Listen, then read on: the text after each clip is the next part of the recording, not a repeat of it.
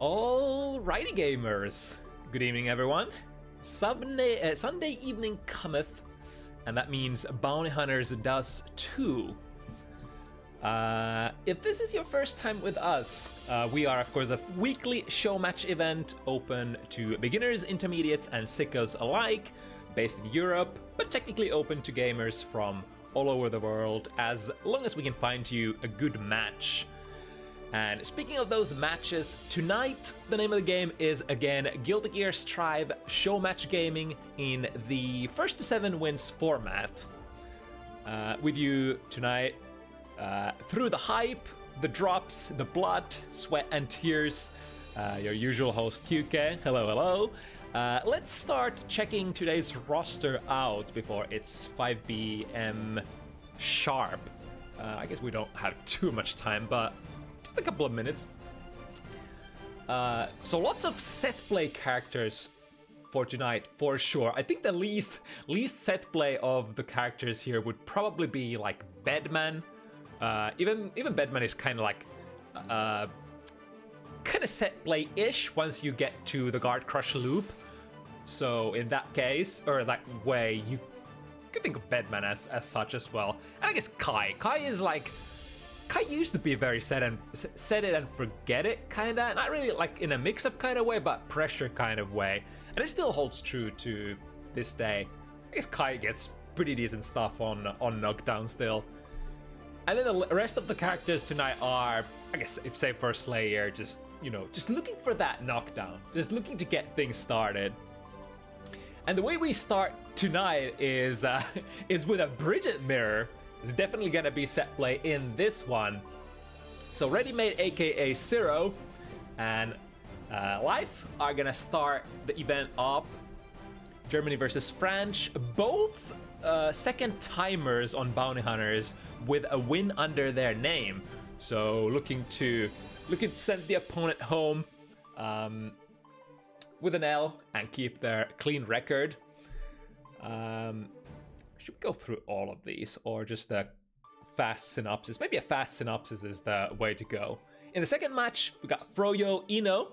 It's been a while since we've had Froyo and Dr. Sweg. This will be interesting because Dr. Sweg usually plays Potemkin, but this time it's gonna be Happy Chaos. I think Sweg has played Happy Chaos once so far. Then we got Puuro Slayer, Finnish Slayer player, making a return as well. This would be a pair with another pair with debut matches in the back and looking more fame and glory on their second one on Bounty Hunters, Puuro and Lunacy.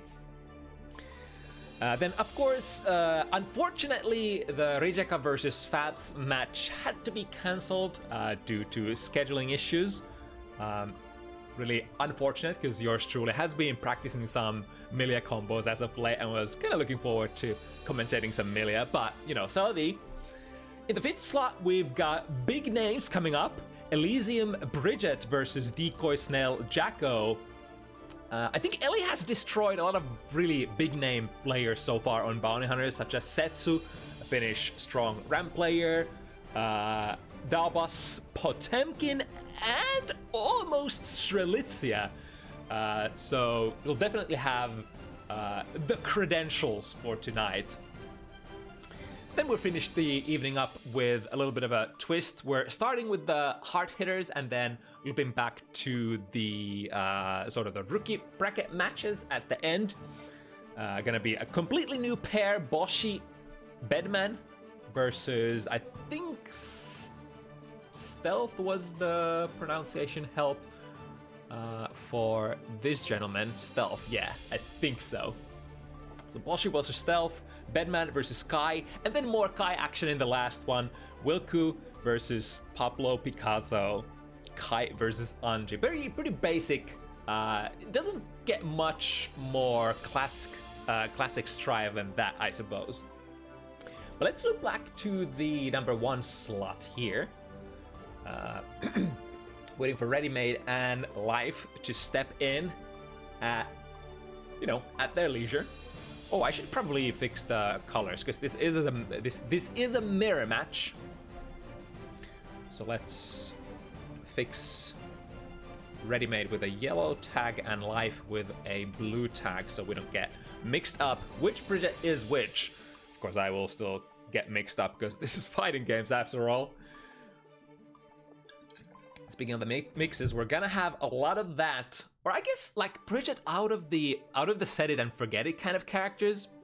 Of course, once you get a knockdown with a Bridget, you set up the yo-yo, get a safe jump, and then play a couple of high-lows. Generally, I think out of the set play characters in Guilty Gear Strive, she's I'm trying to think if I should say this, but the least mix-up heavy and more like pressure heavy. I mean, she still has a pretty strong like unseeable high-low, but not quite the mix-up powerhouse that she used to be in some patches ago, where she could get actually a couple of really strong high-low mixes with the good setup. Still strong in that regard, though. Alright, jumping into the first one of the evening. Readymade, Bridget from Germany. Leif, Bridget from France. Both players one game on Bounty Hunters so far, and both of those were wins as well. So with a decent amount of momentum, let's see who's got the stuff. Of course, Bridget is that character that requires a little bit of technical knowledge into how her set play works, how her RPS situations work. It's really easy to miss situations and get, you know, mixed up, reset infinitely if you don't know where the spots are that you can actually RPS. And on the other hand, it can be very dangerous if you try to challenge in the wrong places. Starting up with a wrong start command grab. I think that was in the card text as well, so you knew what was gonna be up. Oh wait, was it actually Leif who had that text?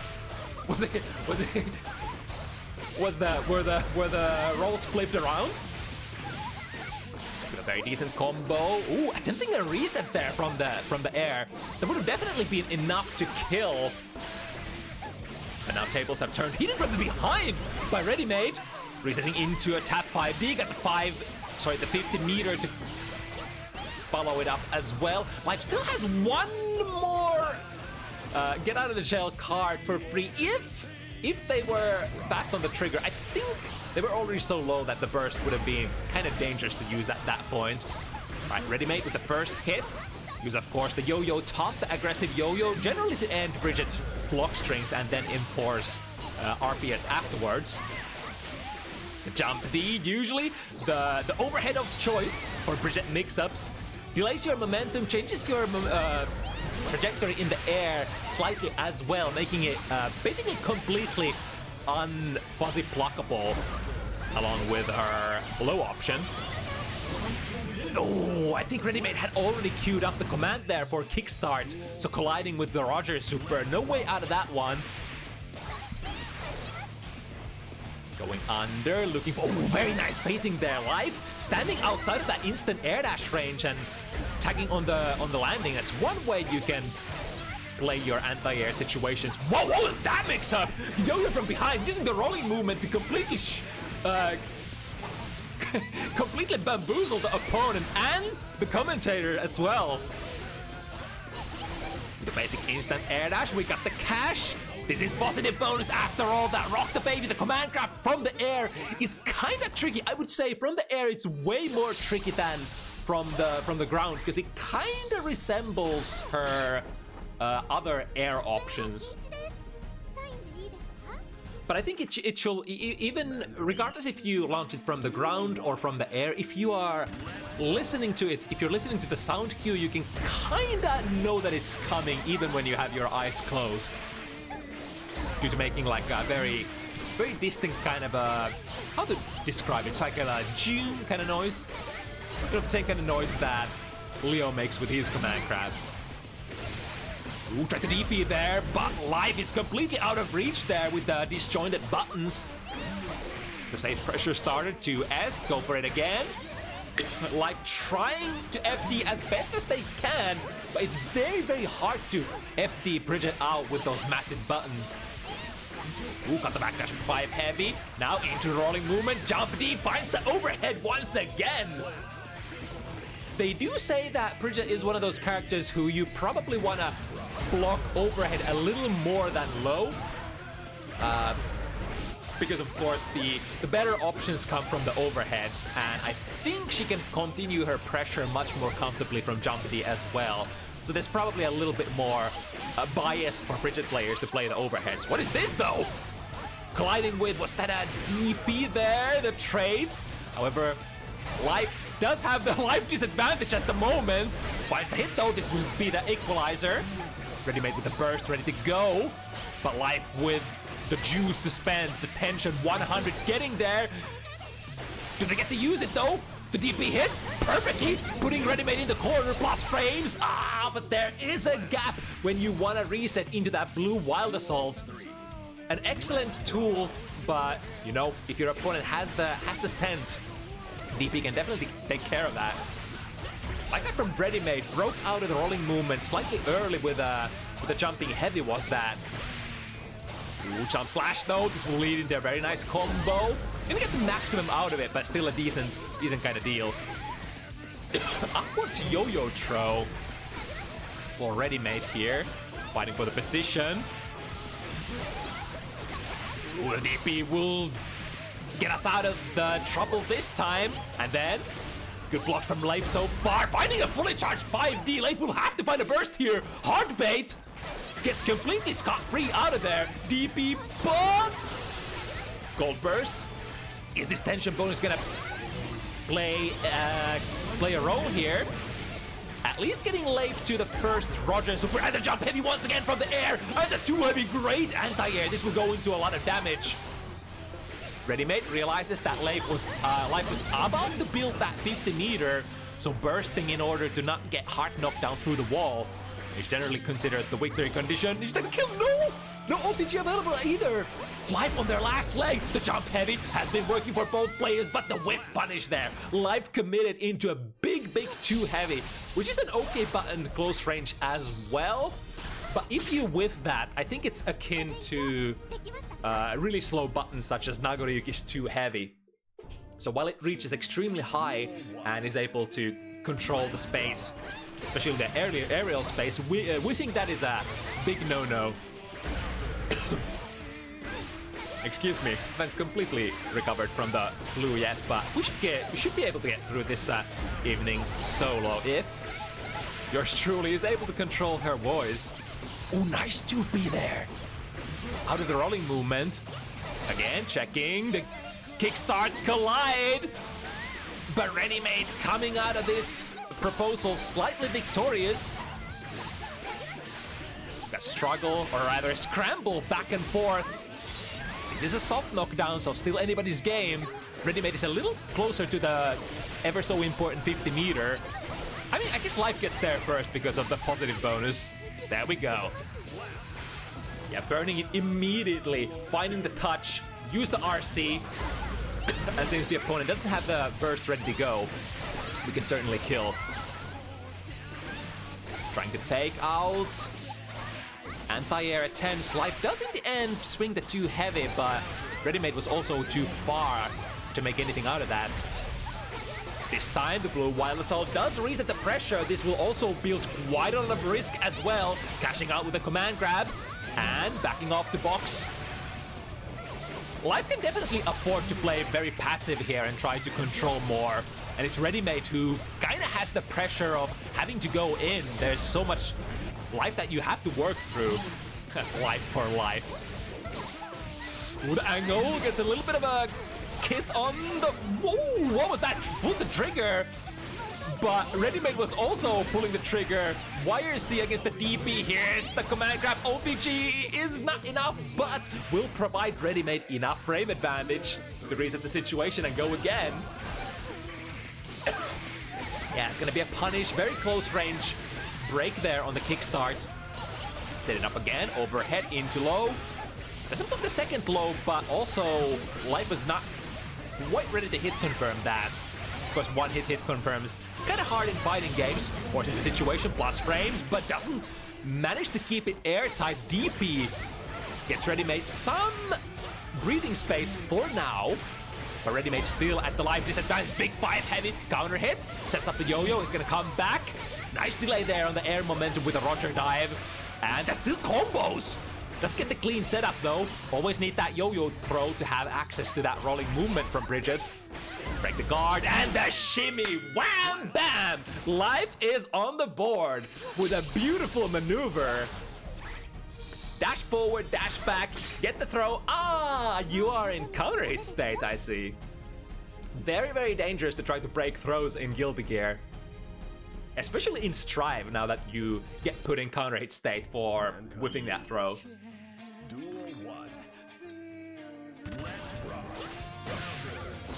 Right, trading there on the anti-air sequence. Ooh, that was a very nice angle there, Life. I think that was jump slash, still reaching below. Some even trades. Getting a setup position with that yo-yo toss. Of course, it's always kind of like a value proposition between the active yo-yo, the yo-yo toss, and the passive yo-yo, the yo-yo set.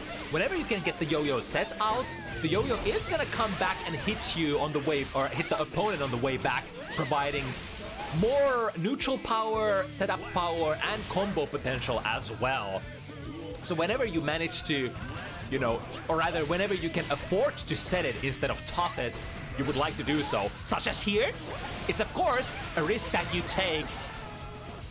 On the way out, if it does not produce hitbox right away, the opponent can mash and press buttons, take their turn if they have to guess. Ooh, missed a close slash there. As a result, Life did have a good DP out. Not able to get out of there just yet. Burst comes through, both players. Completely dry burst resources for now, so we gotta defend against this organically. 6P actually managed to go online on that Rock the Baby. DP punish, looking good, set it. Jump slash a little too far, but Readymade is being pushed towards the left corner now. Found a hit. Are we ready to kill? Next hit should be it. RC had the time to far slash. Is this the turnaround point? Punish? No punish. Getting hit in the airborne situation does put you in some extra amount of block stun. Therefore, I guess Readymade just didn't have enough plus frames to get the punish out, even though they technically baited the DP. It was a really weird situation there, getting like hit from behind and getting pushed to the left corner while Life was just flying out of there with that DP.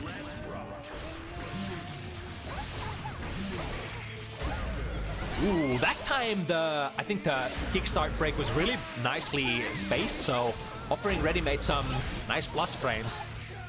It is one of those tools that you really gotta space carefully. If you go too close, you're of course punishable.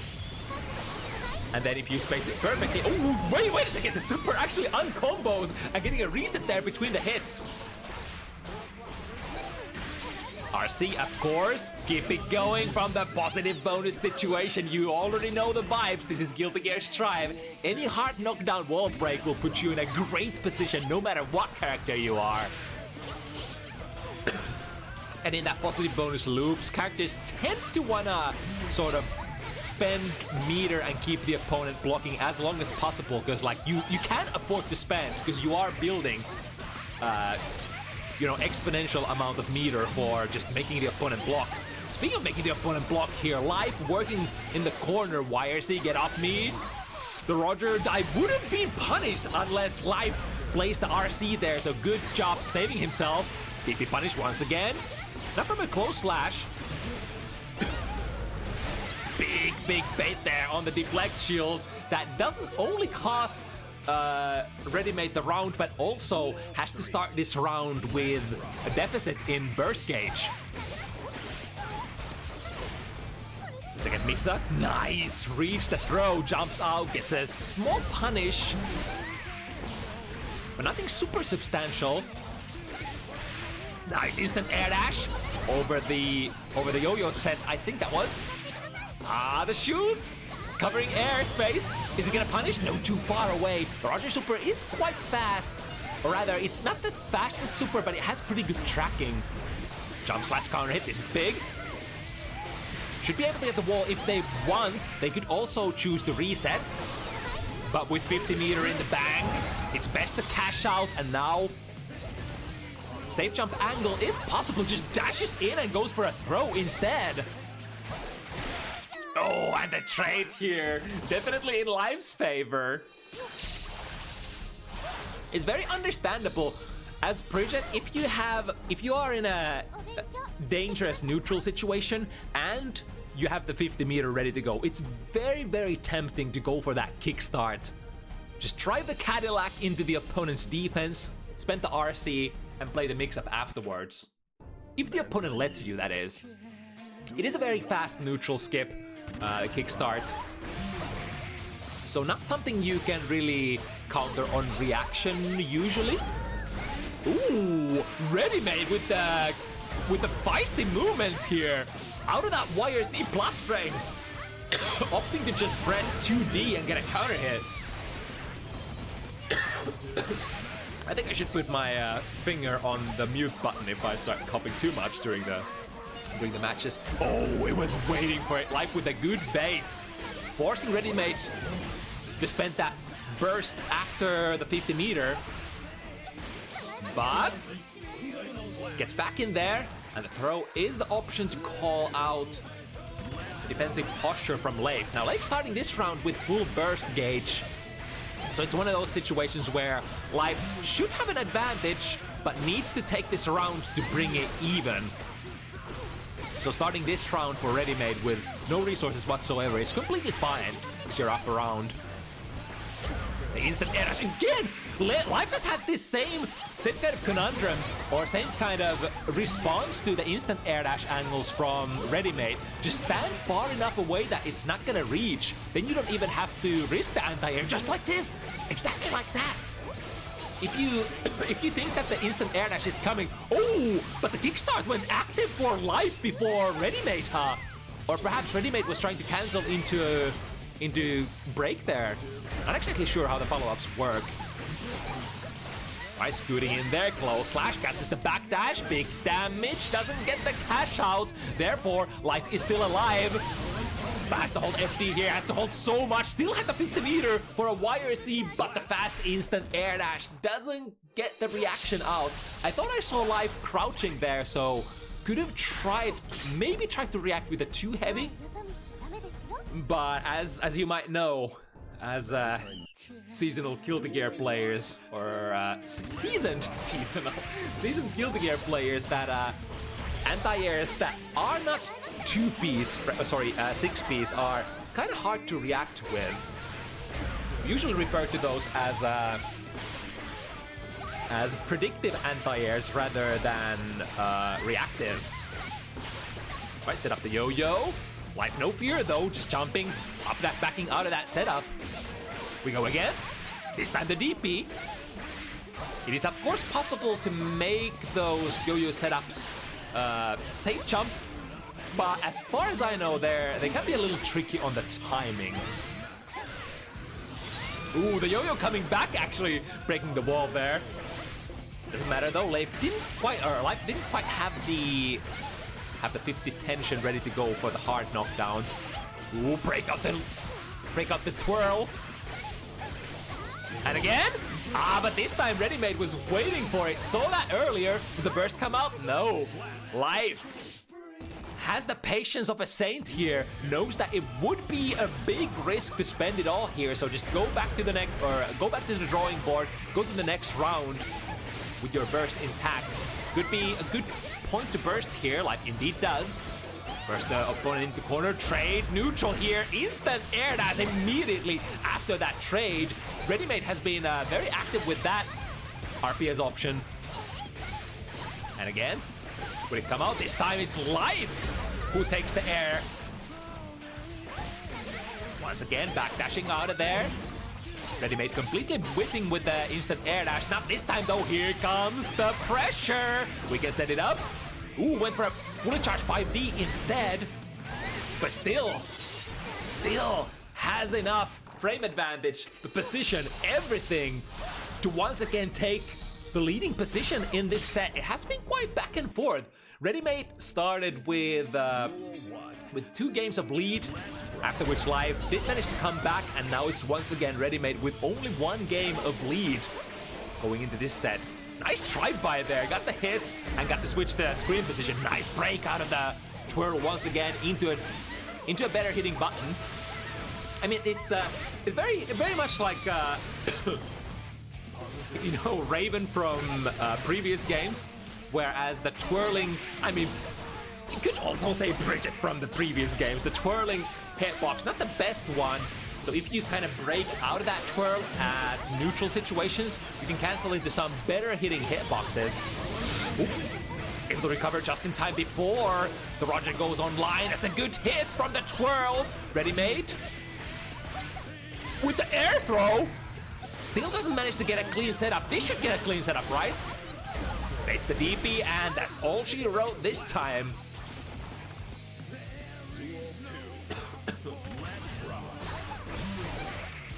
Started with a basic block string. I think that was not punishable, but Readymade tried to press a button after the break.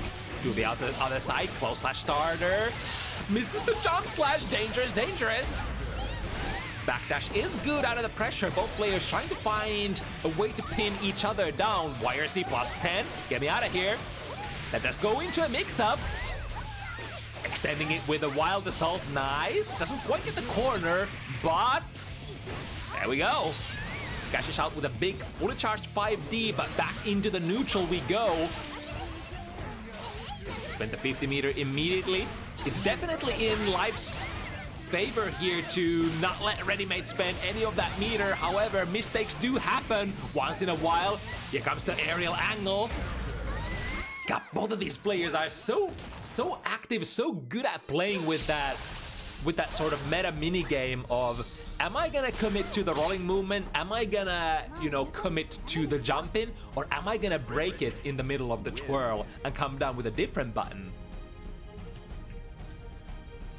Breaking the twirl into other buttons such as I believe it's the jump heavy that both of the players have been using, that hits really far.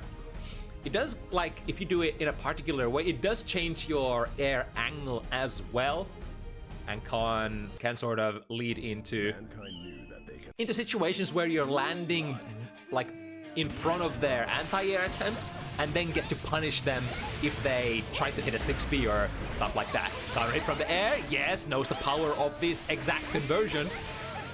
Just like Baiken in Guilty Gear Strive. Pretty good with those air-to-air counter hits. Unfortunately got the hit in a roundabout sort of way. I think hitting Leif when he was in the air. Hello, what was that? Airborne still, so the command grab misses. No follow through in the pressure string. Baiting. Oh, this is definitely one option. We got the heart knockdown. It's not a clean setup though. And the 2 heavy does big work here for Leif. Leif keeping Readymade in the corner. In fact, that's gonna be enough. Big starter. It is one of the reasons why I personally would love to play Bridget myself. That 2 heavy just does so much unconventional work. Right, wall break for Readymade. Gotta take it with a normal instead. Once again, no way to get the heart knocked down yet. YRC is still in reach. Goes for a really fast kickstart break. DP gets out of the sticky situation. Ooh, to the other side, that was a really great neutral jump. The kick starts, collide, YRC, both players trying to spend all of meter, like all resources possible in order to not let the opponent an opportunity to play. Yo-Yo is set, twirl is available. And we break here. Positive bonus, otherwise, situation is quite even. Rather, positive bonus is the advantageous factor for Leif. And the twirl finds its target. Was a really important round for Leif here. If they let that go, Readymade would have been on 6 points. Now it's way easier to justify for yourself, you know, the comeback. I only need 1 game to bring it even. It's a much better position to fight in terms of, you know, mindset. Of course, you know, the strongest competitive players out there will refuse to get broken, will not be affected by the outcome, always be ready to, you know, play their best. But We are all still human, and sometimes the weak humans we are, where our DPs will get baited as well. Oh, Life converting into a command grab. Gets the yo-yo set up, but not quite the pressure afterwards. Ooh, this time it's Readymade who has the better angle. Ooh, the trade kind of Readymade's favor, I think. Life does have the the life advantage, but how long? DP punish? Kind of airballs it, I think was too far away there, so had to convert into kickstart instead. But was able to push Life into the corner, and the pressure afterwards does the job. Rather, does get the job done. Both players going airborne. Readymade. Ready with the jump slash. Leading into a wall break. Decent amount of damage, 40% and positive bonus. We take that and work with it. Now we can RC here. Yes, indeed. Ooh, was probably thinking that Life had burst coming up, which technically was true. Again, goes for the heart bait. Second time Life gets value there. Finally gets the burst out, so does Readymade. And now, gambling with the DP. Ready to equalize the situation. Yo-Yo coming back, holding the fort down, making Readymade unable to press any buttons. Ooh, the launch into the air. Yo-Yo toss breaks the kickstart initially, but Readymade ready to fight, use it once again. And this time, able to go up to the 6 points. So looking good for Readymade here. On our first matchup of the evening on Bounty Hunters. Only one to go.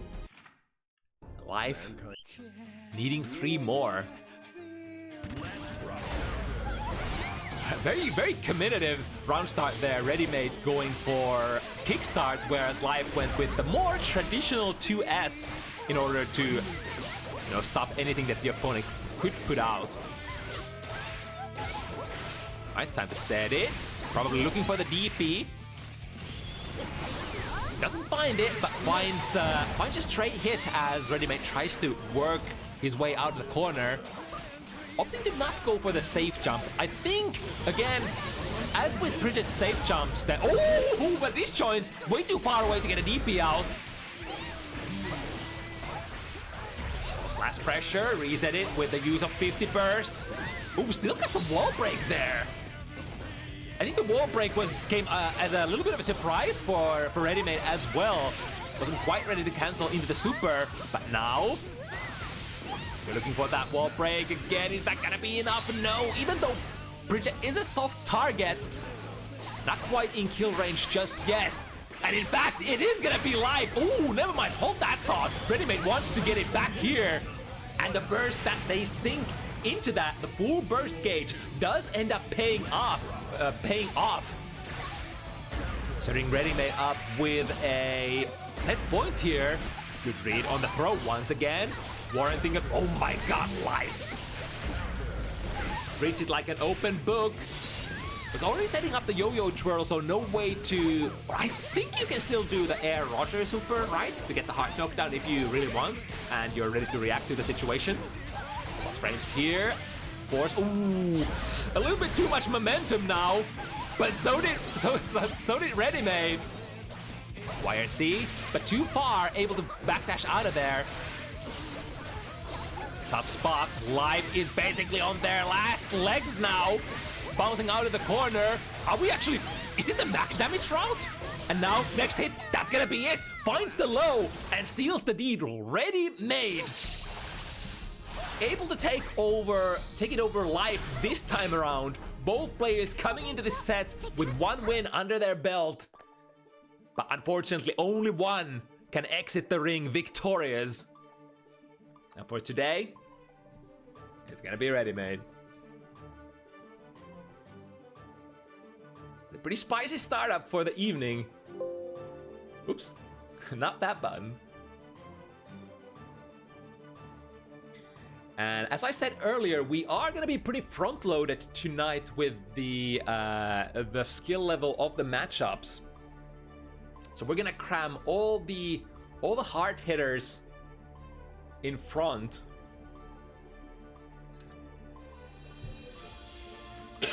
Next up would be Froyo versus Sweg. Now, Sweg usually, the peculiar thing here, Sweg usually is a Potemkin player. But we've seen Sweg once on that Happy Chaos train already. And that game was it a... Did Sweg actually win that? Let me check. It was really close. It was against Ari Chip, a character that arguably Happy Chaos doesn't enjoy playing against too much. This time around it would be slightly less mobile character in the form of Ino.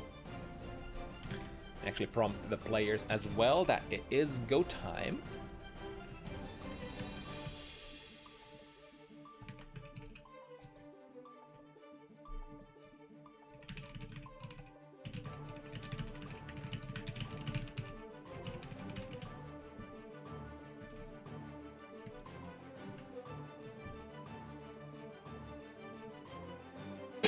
Alrighty. Cough cough. Next week for sure. How long can a sore throat last after a flu? Not too long, right? I wouldn't know because I'm never sick.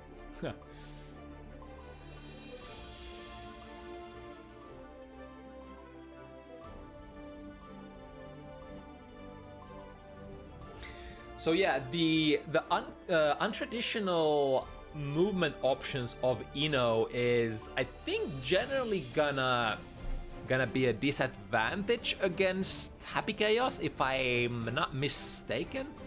Although Ino, of course, has the power of, you know, many of her neutral skips, or not neutral skips, but neutral tools, are very hard to commit, but they tend to either move Ino forward very fast, which makes it harder for Happy Chaos' reticle to track, or they just produce results immediately, such as, you know, Chemical Love is basically an instant travel projectile. I mean, it has like a couple of frames of travel time, but it really gets there super fast.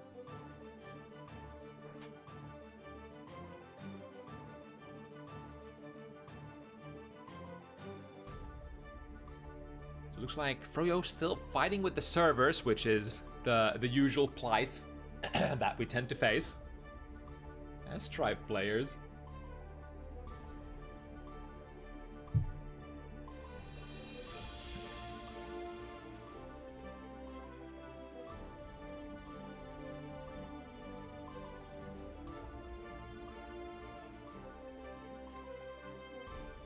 Other than that, it's it's always like right from the get-go, they do say that Happy Chaos is usually in his weakest. I guess this used to be the thing of the past, but I mean, it still sort of carries over in modern Guilty Gear Strive as well, that Happy Chaos tends to be like at the most vulnerable position at round start, when you are super close to the man himself. Of course, the metagame revolving around, you know, Happy Chaos's resource management has changed quite a bit over time. Happy Chaos is no longer that character that can just stand full screen and zone. It's kind of not about that life anymore. Of course, you do have some opportunities to maybe run elongated pressure sequences if you have the meter to spend, for example, on the concentration super, but generally you're spending a lot more concentration in the modern patches when you're trying to do stuff, which kind of leads into a conundrum where you kind of have to go in and get a knockdown in order to recharge those resources, which has in turn made Happy Chaos much more of an aggressive kind of character. Usually, if you get a shot in, it's probably gonna be followed up by a couple of extra shots, and Happy Chaos running at you, getting a left, right, high-low, strike throw. All of those are on the menu for our gunman. They flip the names as well as we're starting Sweg in the left side of the screen.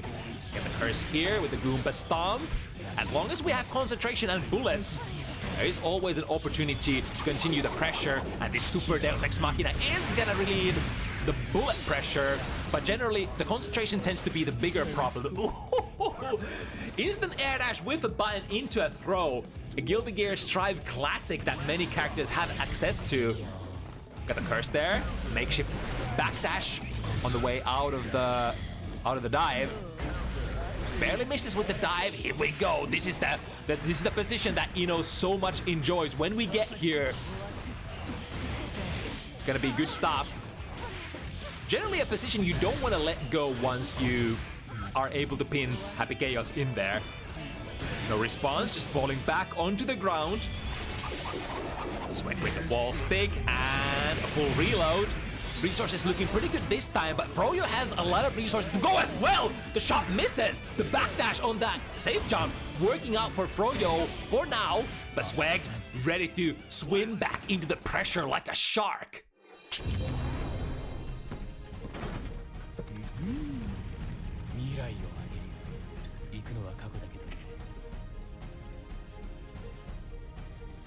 Whew, all right, first one very favorably in Swag's favor. Froyo had that one sequence that Swag was able to sliver his way out fairly early. Checking with a Chemical Love. You know, if Swag was to throw that curse ball there a little earlier, might have been tagged by the Chemi. Ooh, the backdash again makes the shot whiff. Again, moving targets are a little difficult for Happy Chaos.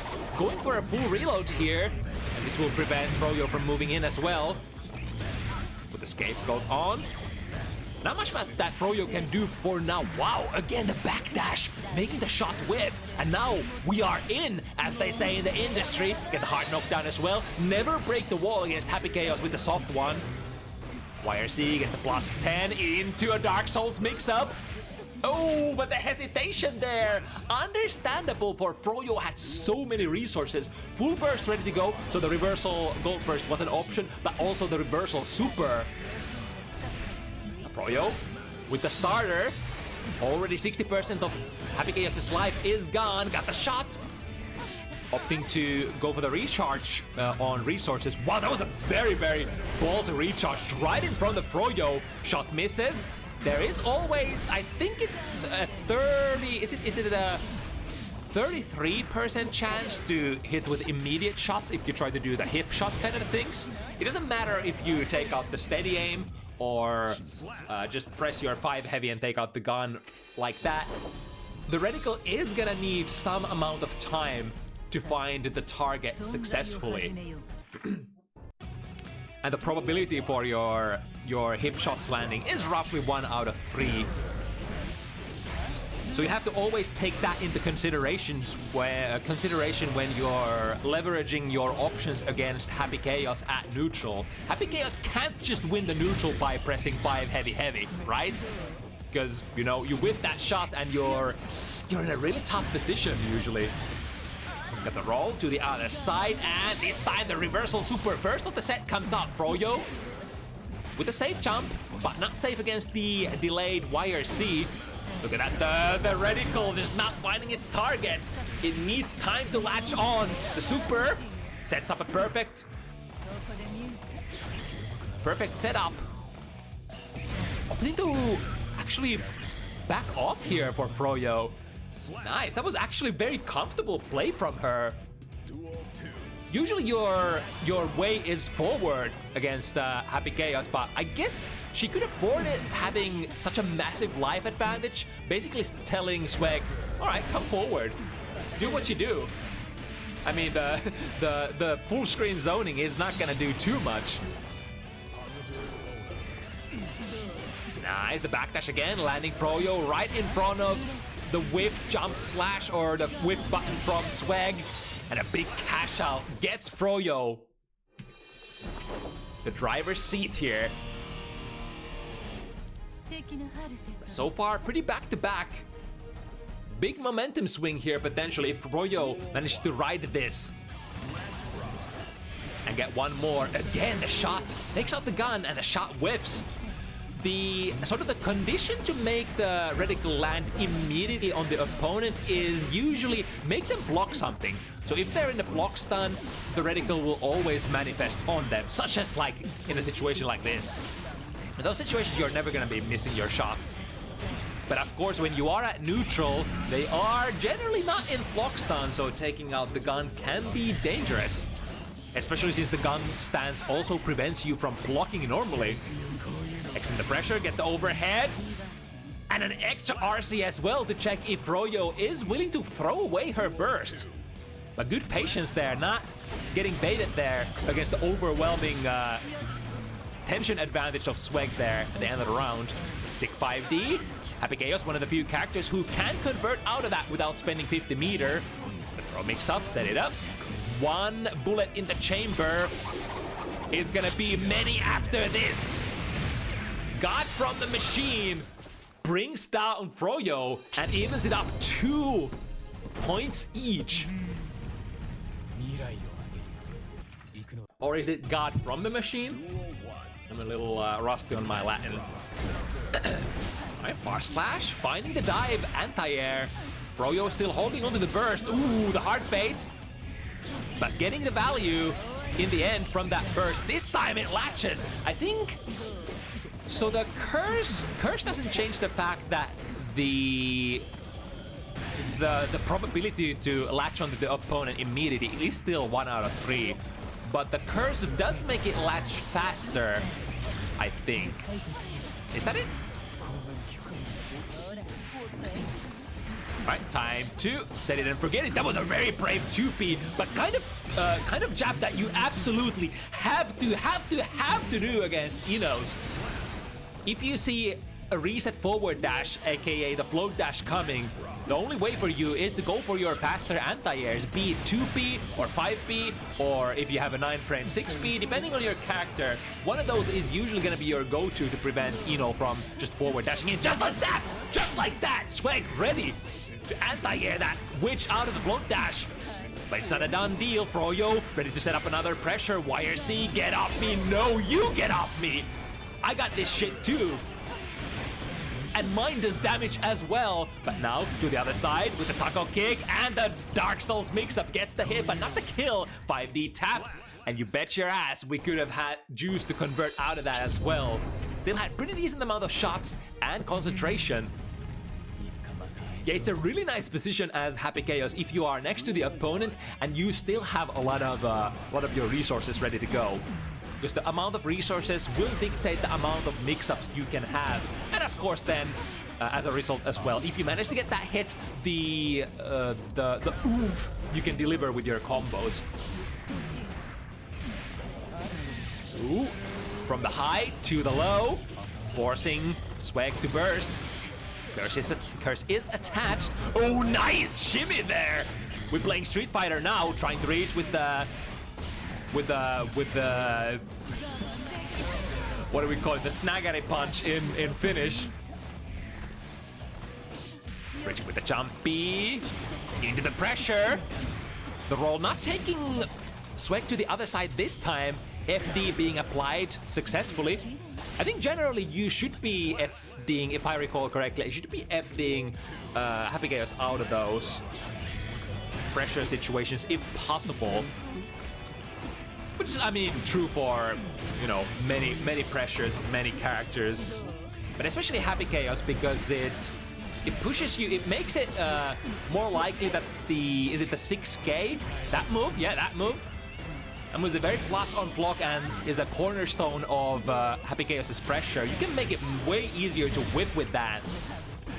In addition to the roll mix-up not being a mix-up after all if you get pushed too far before you play it. Might land in front in every single case. Ooh, backdash makes the shot whip. The curse is applied though, but the 2K, you know, has a really good one. Deflection. Ooh, we're just holding on to that.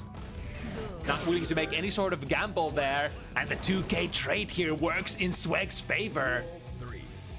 I like the patient. I think Swag thought that, you know, even though, you know, got that command grab out, not landing the, you know, the sequence successfully or the animation, of course.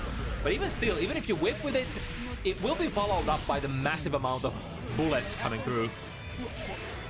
YRC, get off me. Plus frames. Catches the backdash with a shot. The reticle stays latched. Into a throw mix-up. We're kind of low on bullets. And Froyo capitalizing off that. One shot, two shot. Ooh, it lands. And that should be a kill. Big damage there, juggling into the corner. And since that combo was not very pro-rated and started from, I think it started from a shot or close slash, was a decently hard-hitting combo that Swag was working with. Now with a 2 games of lead here for our Finnish gunman. Let's see if Froyo can break out of this loop. 2S hits very far, but the downside for Ino's 2S is, as is for many of her buttons, sometimes has difficulties comboing into a knockdown button, such as like 2D or stuff like that. Ooh, the hard bait here this time works for Swag. Get the bullet refill. They should break the wall. I think we were close enough. No, never mind. Like I said, never close enough.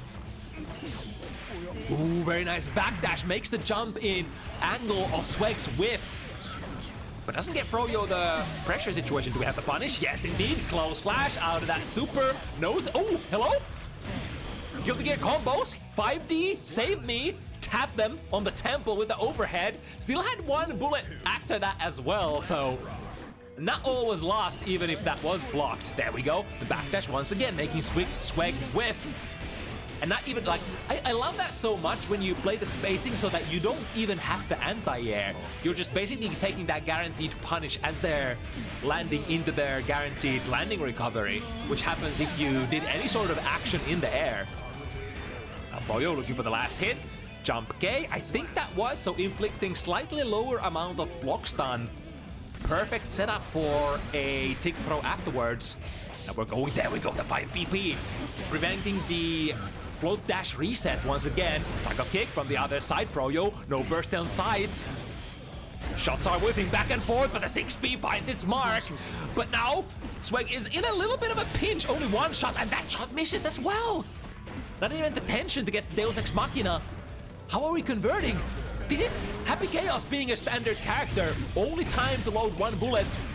We're pressuring, but this is costing a lot of concentration. Okay, Swag, 5D. That is one way to do it. Swag completely ran out of resources, was so low on bullets, so low on concentration, and didn't have the 50 meter either. So Swag made the hard call out. I need to get the hit through somehow. So he charged the 30 frame overhead, and that time it found its mark. That's how desperately we needed to find the hit there. To the other side, Curse is still on. 5D tap, we have the shots. Yeah, Swag flowing like a boss. I think was hoping to get that PRC or that blue RC on a grounded opponent rather. There we go, FD. Once again, Froyo is using that pretty much every single block sequence, making Swag's options way weaker there on the follow-up offense. Again, just barely missing with the 2D, and Froyo ready to whiff punish. No bullets, 1 bullet. Yeah, this costs a lot of concentration. And now again, 2P, but it does not convert. We don't have the bullets. But is Froyo, would Froyo burst here? YRC first. Yeah, that's that. I like that. Spend the less vulnerable, the less important resource first. Because burst, you can always carry on to the next round. And even if that YRC were to fail, you still have the burst option available afterwards, right? There we go with the snipe. Happy chemical love. Horizontal chemical love, or just known as chemical love in Guilty Gear Strive. Damn old Guilty Gear players. Ooh, attempting to shimmy again. This time Froyo does not bite immediately. 5D tap. 21 frame overhead into a shot. React to this. Grandma. Super important round here. Froyo does need some amount of counter, whatchamacallit, counter momentum here, because Swag is kind of on a roll at the moment. Shot whiffs. Ooh, and a run under. Yeah, you can be any character in Guilty Gear Strive, and just straight up run forward is gonna make Chemical Love miss. FD pushes far away, 5D whips this time, but Swag was ready for it. Covering up the mistake with the use of tension. Speaking of the tension, Deus Ex Machina. Putting Swag in a 6-2 position is gonna be a tough comeback from here on out for Froyo. Not impossible, we've seen it before. But considering that all the previous games, many of the previous games have been Swag dominant ones, it would suggest, logic would say, that Swag is currently overwhelmingly favored to take this set. Ha, Sherlock Holmes. Well, let's see what Froyo has to say about that. Unfortunately, scored the air hit in a slightly unclean manner and pushing Swag out of there. It is, after all, kind of hard to convert aerial hits in Guilty Gear games. Again, missing the 5D, but the pressure ain't over until the bullets are done or gone. Tried to go in with the 6 heavy, Froyo having none of that. 3 bullets in the chamber. Ooh, whip punish attempt. Froyo a little too far, but should be able to get this round. Lots of damage going through on the softy wizard gunman amalgamation, whatever the heck Happy Chaos is. Magic guns, you know, pew pew. Overhead hits, set it up again. Looking good for Froyo. Swag is a little far away from that full blue burst after all, but the lower your health goes, the faster the burst comes back. Couple of shots, committing into the pressure. One more shot gets the mix-up into a tick throw, and this will give Swag 1 bullet back. Nice shimmy again, I love those. Those are so fundamental. You like generally tend to see so few standard like Street Fighter shimmies in Guilty Gear games overall. Baits it. Froyo wants it right here. I like it. She has 50 meter, so this threat of blue burst definitely has some oomph after it. No bullets. What are we gonna do? Taking out the gun is dangerous here. Get 1 bullet. Looking for that hit conversion. Can Froyo get there in time? After the backdash, plus frames, dive there. Ooh, that would have been plus frames for... But look at that, the far slash. Still, again, anti-airs the dive. Swag had that earlier in this set as well. Those far slashes have dealt... The timing has been impeccable to call out Froyo's, you know, YOLO dives. But she's still not done. In fact, she's looking mighty dangerous. No burst for Swag, no meter for Swag. So the keys are in Froyo's pocket at the moment. 1 more hit. Went for a low. Looks like a miss on the meaty here. The bait. Froyo not ready to pull the trigger just yet. This combo will hurt, but won't get a hard knockdown, unfortunately, for Swag. Froyo looking good here. 100. Are we gonna get in there? 2K. Deus Ex Machina will fix the bullet problems, but look at the concentration. That's the bigger problem for Swag at the moment. And here comes the snipe. I think Swag stopped running forward there. If you keep running, you keep yourself just low profile enough. Although Swag was running with the gun out, right? Does that actually change the conundrum at all? The situation when you're dashing at an incoming Chemical Love? I'm actually not sure. Waving back and forth. Sacrificing a little bit of love, a little bit of life to put on that scapegoat. Nice. Oh my god, but still didn't get the frame advantage, or rather did maybe get the frame advantage, but tried to swing with a button that extended into Froyo's throw range.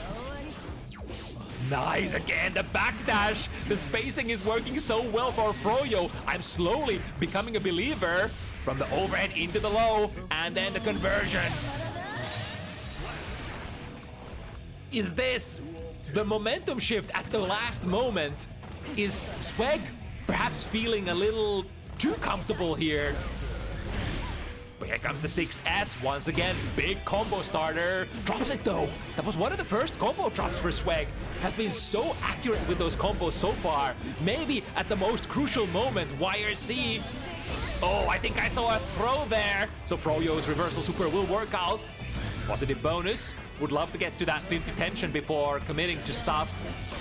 The 6S catches the backdash again, the massive range out of that. However, we didn't get to set it up perfectly. Come out of here.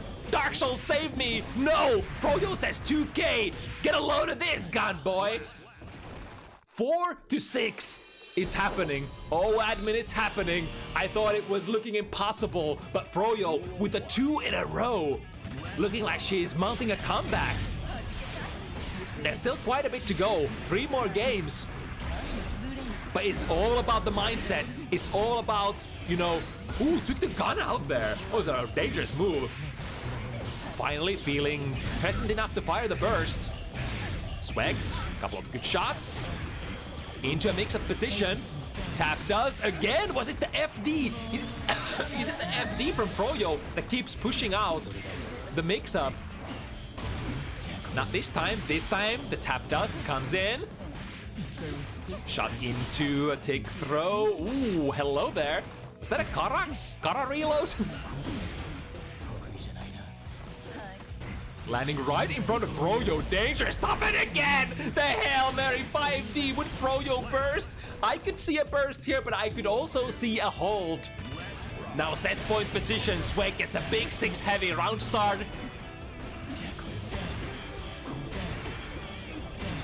But Froyo staying fairly consistent, staying fairly patient. There we go, the 5D whips again. However, if your opponent is in block stun, or if the reticle has still latched, should be able to cover you. This time was not latched though. YRC, stay in the corner. Froyo might have to burst here. Oh no, the burst is not available. And the 5D comes through. The gamble has been made. Instead of the blue burst, chooses to play big. Go big or go home. Tried to push Swag away from that pressure situation with that deflect shield. The bonus would have been, if you managed to get out of there, Froyo would have had the red Wild Assault to go.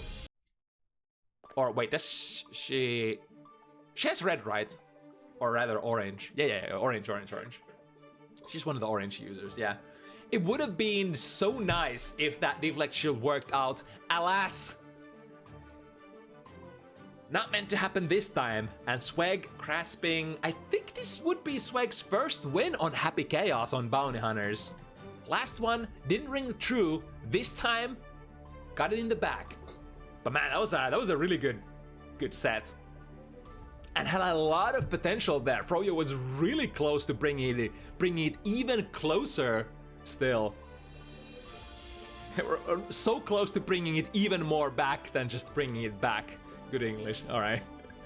Next up, all right, more hard hitters. We have the more traditional hard-hitting, you know, classic Knightless Slayer. You've probably heard about him. He hits pretty hard, pretty straightforward.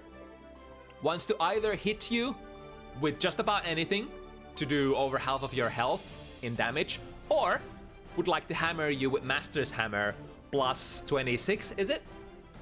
Builds up your risk, puts you in a really fucked up pressure situation. Those two are kind of like the things that Slayer would love to do.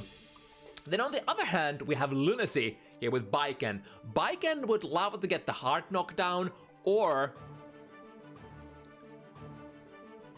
you know, usually it's gonna be a knockdown of some sort. If you get a knockdown into instant air dash tatami mat, you can play the high-low with, especially if you have 50 meter ready to go from the TK Yozensen. But after a throw, if you manage to get the tether attached, you have access to some of the nastiest mix-ups available in the game. So Baiken much more set play oriented, much more sort of, I don't want to say technically oriented, I guess more technically oriented. Relies on the, yeah, you good old knock them down, set it up, grind them out kind of a game plan. Also, let me change the names. This would be Puuro versus Lunacy.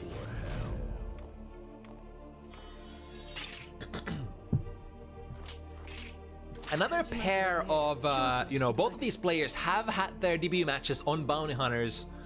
I think Puuro didn't manage to grasp their win yet, and Lunacy has a win under her belt.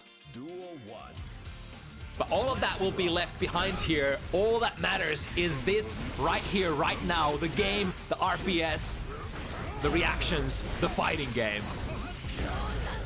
With a drive by Yozan, putting Puuro in the corner. Of course, having not didn't have access to the 50 meter yet, so probably a whatchamacallit. Probably usually not gonna see the overhead option too much. If that is the case, at the meter to guard crush out of the pile bunker into a big universe. Since Slayer does so much damage, a lot of the times it's like completely fine to just slam them on block with something, be it even pile bunker, and then just RC, leave them guard crushed, and then, you know, try to find a hit meterless afterwards. Because, you know, it's just gonna do that much damage. Oh, instant air dash. Empty into a command grab. No doubt trying to RPS with the reversal parry there from Lunacy. Which is of course a really nice tool against safe jumps, whereas normal reversal DPs, especially slower than 9-frame DPs, are usually not capable of dealing with the safe jumps. Baiken's reversal option is a little different in that it forces the opponent to, you know, RPS with something other than the safe jump if they wanna call that option out. Speaking of calling options out here though, attach the kabare from a safe distance. Use the 50 burst as well to get back in there. Oh, look at that spacing! 2k from Slayer. Halting the advance from Lunacy to the other side with the Vampire Dash. We're gonna cash out big time, even with the clean. It's like 1, 2, 3, RC, 1, 2, 3, almost all of Lunacy's life gone. Ooh, was able to react in the end, just in the nick of time before Lunacy get there with that hell screen dash. That was what we call in the industry the anime dash. You know, in these you know, air dasher kind of games, the movement is so fast that sometimes you just won't be able to react to a half screen dash. Here we go to the other side. Ooh, that was so tricky. I thought that was going in the front. That's kind of sometimes you just have to close your eyes and guess instead of, or option select if you have some sort of a nifty option select in your repertoire. I think generally the best DP faultless defense option select are for the DP characters. To S, yeah, that would have converted as that was a counter hit plus frames into a throw. Now we're gonna go low, and we're gonna go from the backside again. Nice super jump. Oh, I'm not sure if that was a super jump. Perhaps the tether physics pulling them together, making Lunacy's jump have a little bit of extra momentum there, but man, she left the ground like a rocket. Set it up again. Tether is attached. Use the blue wild assault to keep it going. Yeah, sees the target in the air. We air through again. Diva Chill works out really well there for Puuro. And into the loops. Do we got the ender? Yes, indeed, and the optimal one as well, sending Lunacy back against the corner. The metered option will be YRC this time, but the match from Puuro keeping Lunacy in the corner for now. Wild Assault is available if Lunacy wants to try to extend the string, however, not able to do so. Puuro taking another one in a row.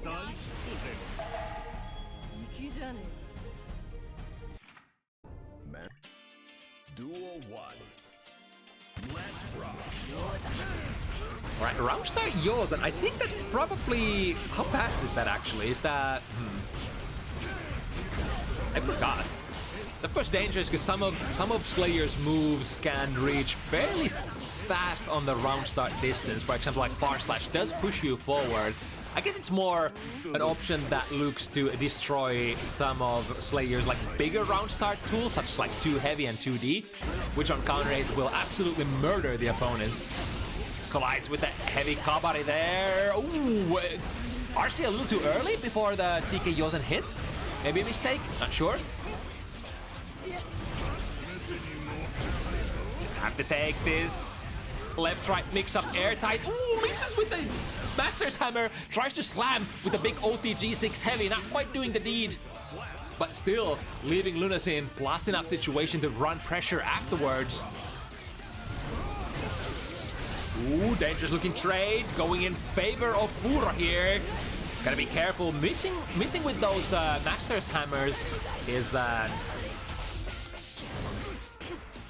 can be very dangerous if, like, regardless of where the opponent is, if they go air to air, they have some opportunities for counter hits.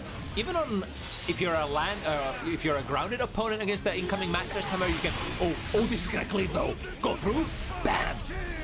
Putting Lunacy completely in the corner. Nice jump out of the Master's Hammer once again.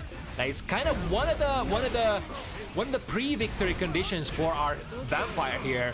YRC, get off me, and it was all worth it. Spending all the resources that Lunacy could to stop the Nightless pressure onslaught.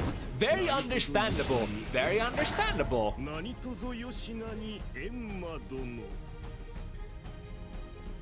You know, Slayer, at his very core, is one of those, you know, plus frame peddlers as well. Doesn't necessarily have to run the sort of forceful mix-ups like back, left rights or high lows, or, you know, pressure resets into the Master's Hammer. He can peddle some plus frames as well with Far Slash, which is kind of similar to Soul's Far Slash in a way. The downside is, of course, our vampire cannot really dash properly, so harder to adjust yourself in those situations. Man, Lunacy, though, has jumped out of every single Master's Hammer so far, and again! Is that a pretty keen sense versus that tool, or perhaps just that... Oh, nice 2P! Able to call out the P-Dandy there. Again, holding the up back. Could be perhaps that Puuro is a little too excited to reset into that Master's Hammer, which is understandable. It's a tool that's kind of hard to deal with, but a tool that Lunacy has dealt surprisingly good so far. Once again, Hammer, yeah, it leaves you in a dangerous position depending on the frame advantage. Some situations, like if you land out of the Master's Hammer way before your opponent and they are above you, then you of course have the close slash angle. Very strong for Slayer. Speaking of good angles, this too heavy. Drops the combo though. Ready to spend some meter. Got the back shots. No, drops it again. And the throw is basically guaranteed here.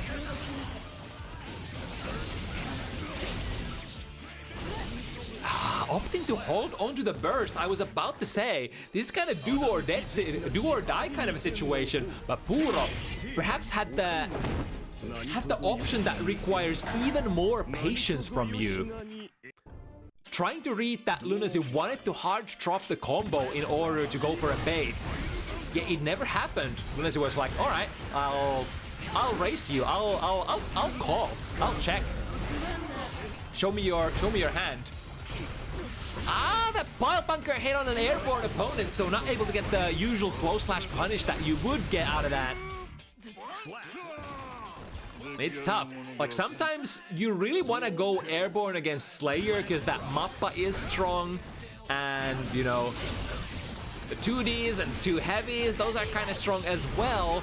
But a lot of, you know, special movement options from Slayer move him forward a lot and then can potentially put you under your opponent.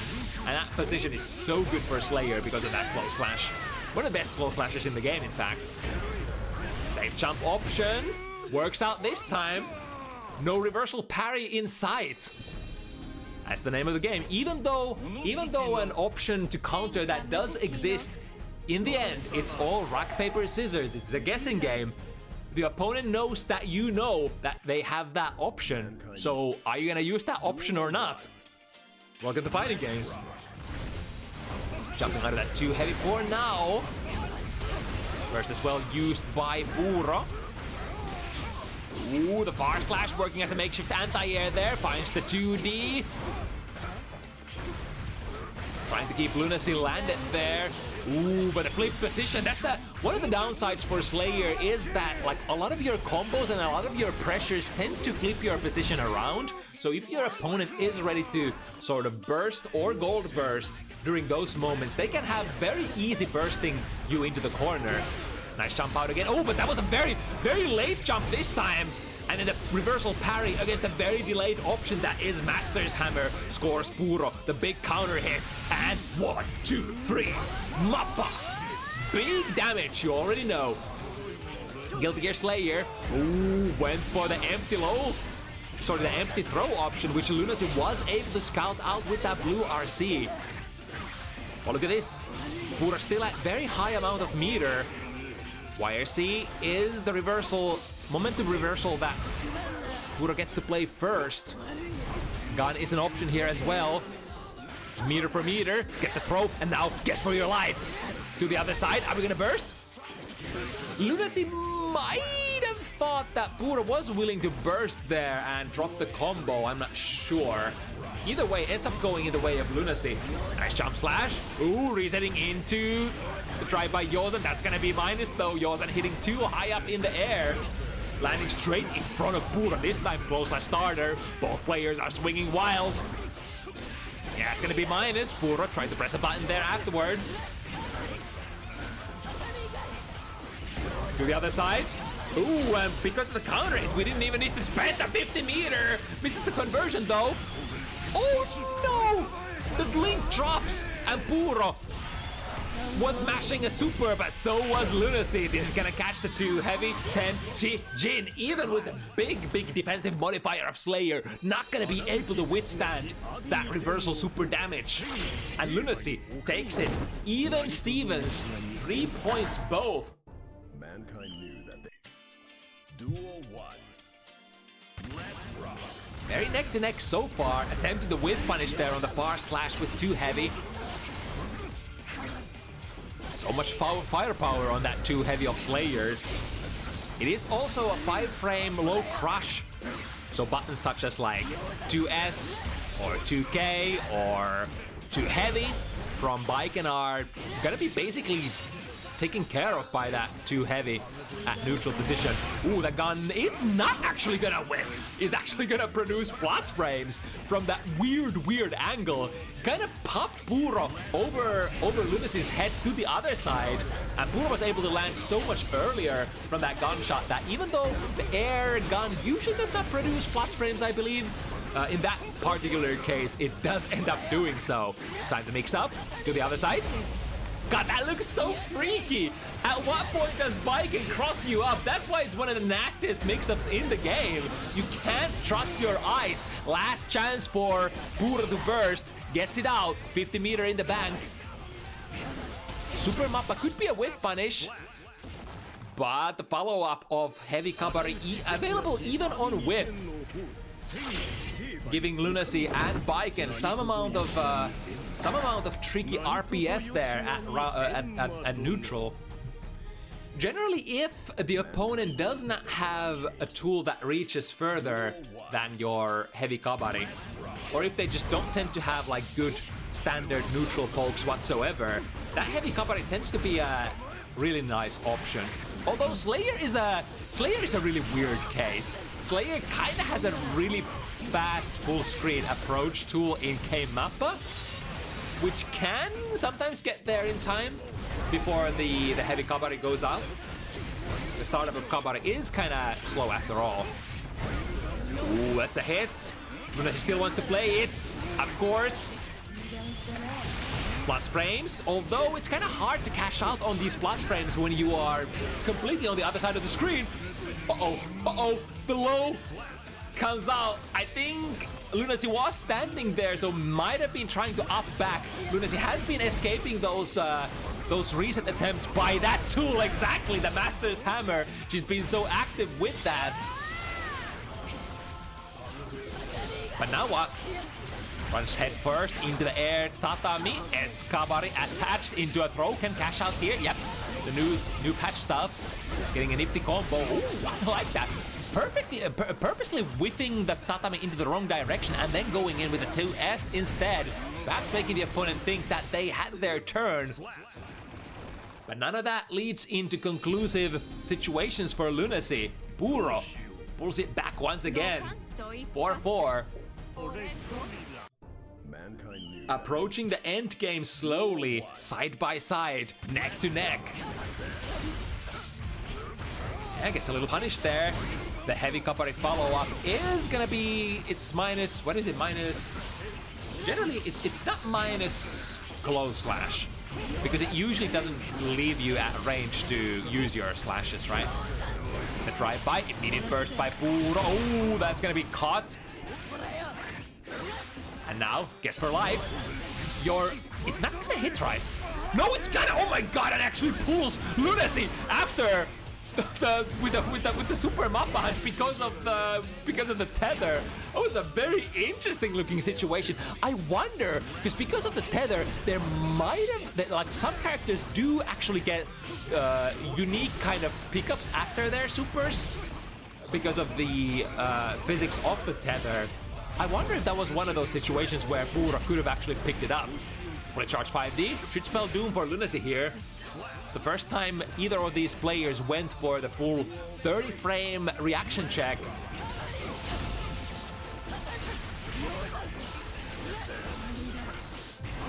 Right, the Vampire 5K from massive range, almost like a far slash plus. Ooh, close slash, counter hit, RC. Did we get the loops? Yes, indeed. Didn't even need it here, Puuro, I think. But still, out of the muscle memory, chose to convert into the harder loops to the maximum damage combo. No fear whatsoever. And I think Puuro has been fairly good at converting into those during this set. I mean, most of those conversions, the big pile bunker loops, have been coming from RC conversions, which I think from the RC you have a fairly standard, fairly consistent conversion into the loop. Right, gun doesn't quite bounce high enough to get a pickup. RC followed up by the pile bunker on block. Very basic stuff. To the other side, counter hit so we can pick it up. RC, no RC. But we're gonna get an opportunity to play TK Yozan instant overhead, as we say in the industry, and we had the firepower because Lunacy saved that 50 meter. Had the conversion, the RC conversion out of that instant overhead as well. Once again, jumping out of the Master's Hammer. Ooh, but the delayed, it's late. It's in the name, it's late. It's literally late. It's in fact so late that Lunacy's parry active frames just expired there. No one else is late. Master's Hammer. Ooh, OTG, it's late. Bam! Delivering massive, massive damage. Hammering it down. Puuro with an opportunity to... Where?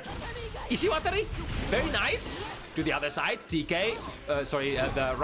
Yozan dive through. Spending the burst in very offensive maneuver, putting Lunacy back into the corner after the momentum breaker. Hard knockdown. Lunacy still has 50 meter and their full burst ready to go. The bite, next hit. Oh, can't survive this one no matter what Puuro does. That's gonna make the bite buff disappear as well because it only has limited amount of time. Overhead into the cross-up, 21 frame reaction time. Can you react? Is the question that Puuro imposes on Lunacy. And Lunacy was not ready to shift the block that time around. I mean, there are a couple of different options you could do. You could, of course, flip your block, or you could be mashing and then call out the 21 frame transition from left to right by that P-Mappa. Sorry, not P-Mappa, P-Dandy step. Which dashes you go up. Okay, angle works for vampires once again. To the other side, caught this jump startup, or rather the early frames of the jump. And now Puuro is on set point. Counter hit.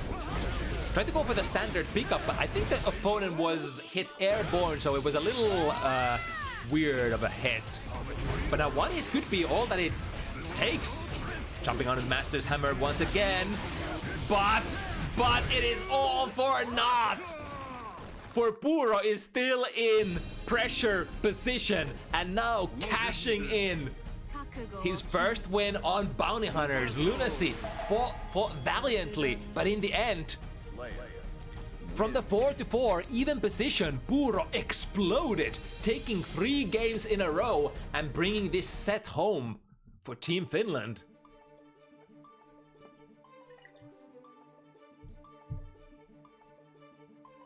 But man, very even sets this week. Alright, now I think we are in the Rijeka versus Fabs match, which unfortunately, as far as I know, cannot be played.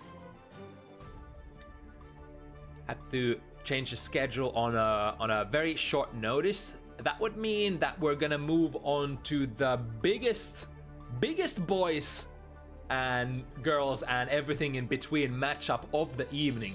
We've got none other than Elisium Bridget and Decoy Snail Jacko.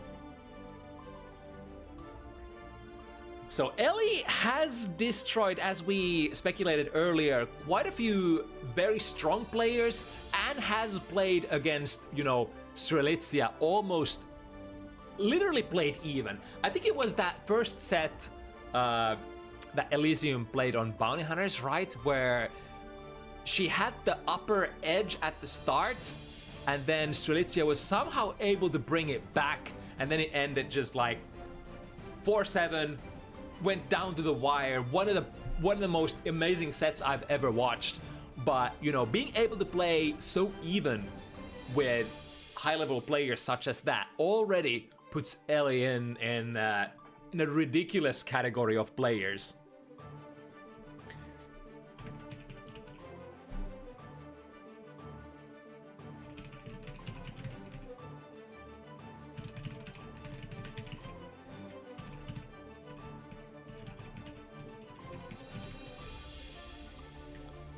Calling. I think we have Ellie in the lobby already, calling out to our high-level Jacko players.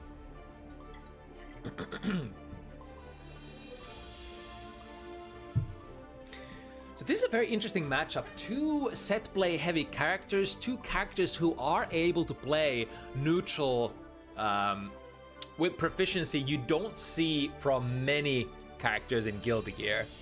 So similar kind of skill sets.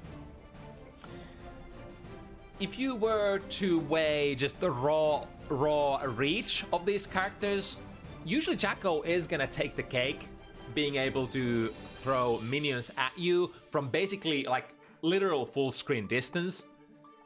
And even after being thrown, those minions will become kind of like a proxy strike machines for you, because Jacko is able to use that attack command, which will make all of her minions attack at the same time in their current locations, and it's very hard to contest that. I mean, technically they are projectiles that appear straight out of nowhere, and you know, if the main body Jacko is somewhere else, and of course you have no way to respect that projectile option. The twist is that, you know, you need that unique gauge option, the minion gauge, to use those minion commands, so you can only do so many in a row before you gotta slow down a little and wait for the minion gauge to recover.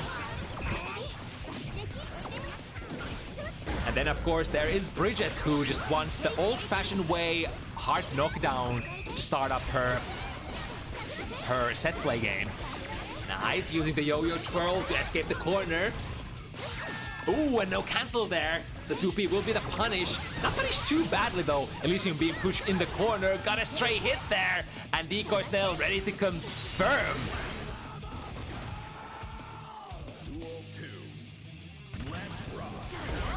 Ooh, the micro step forward, perhaps anticipating a backdash there from Elisium. Baits the DP as well, close slash starter, big damage. I guess as big as you can get. There was some amount of damage on the wall already, so Decoy can't pull out their biggest hitting combos, but honestly this combo hits pretty hard already. Close slash works out. Elisium with the last bit of breath has to go for a burst, and then shoots over Decoy. Oh, the parry command from the air!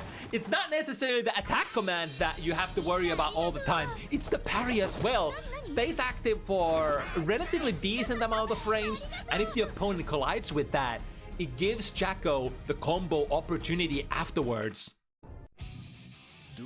I think previously in some of the earlier versions of Guilty Gear Strive, Jacko wasn't able to combo out of that parry command. It would just, you know, cause a hard knockdown and give her ability to pressure afterwards. But now, with the changed parry command or defense command or whatever it is called, you know, we can actually combo afterwards meterless if we are in a suitable position.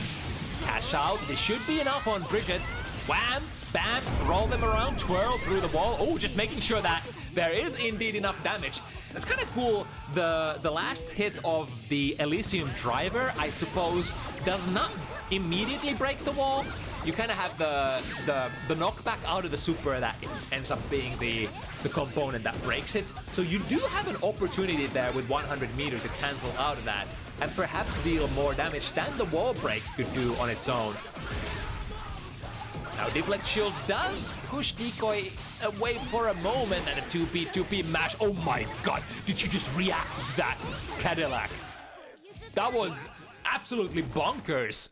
Sees, or maybe feels. It's not always like, you know, these high-level players don't necessarily need to see it with their eyes. They can feel it in their bodies. Like, I can see the kickstart my heart is coming, and I'm gonna throw it. I'm close enough.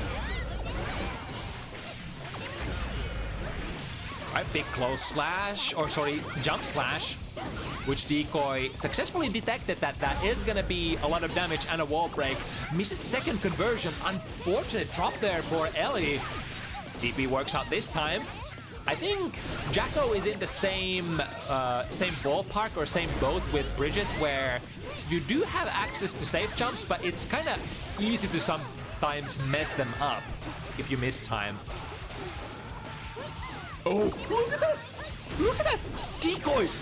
Through the rock the baby! That's what I'm talking about! That's the high-level shit! It's the same property as Leo's command grab. You're used to command grabs not being throwable, but no, Leo's and Bridget's command grabs work very differently. They can be thrown.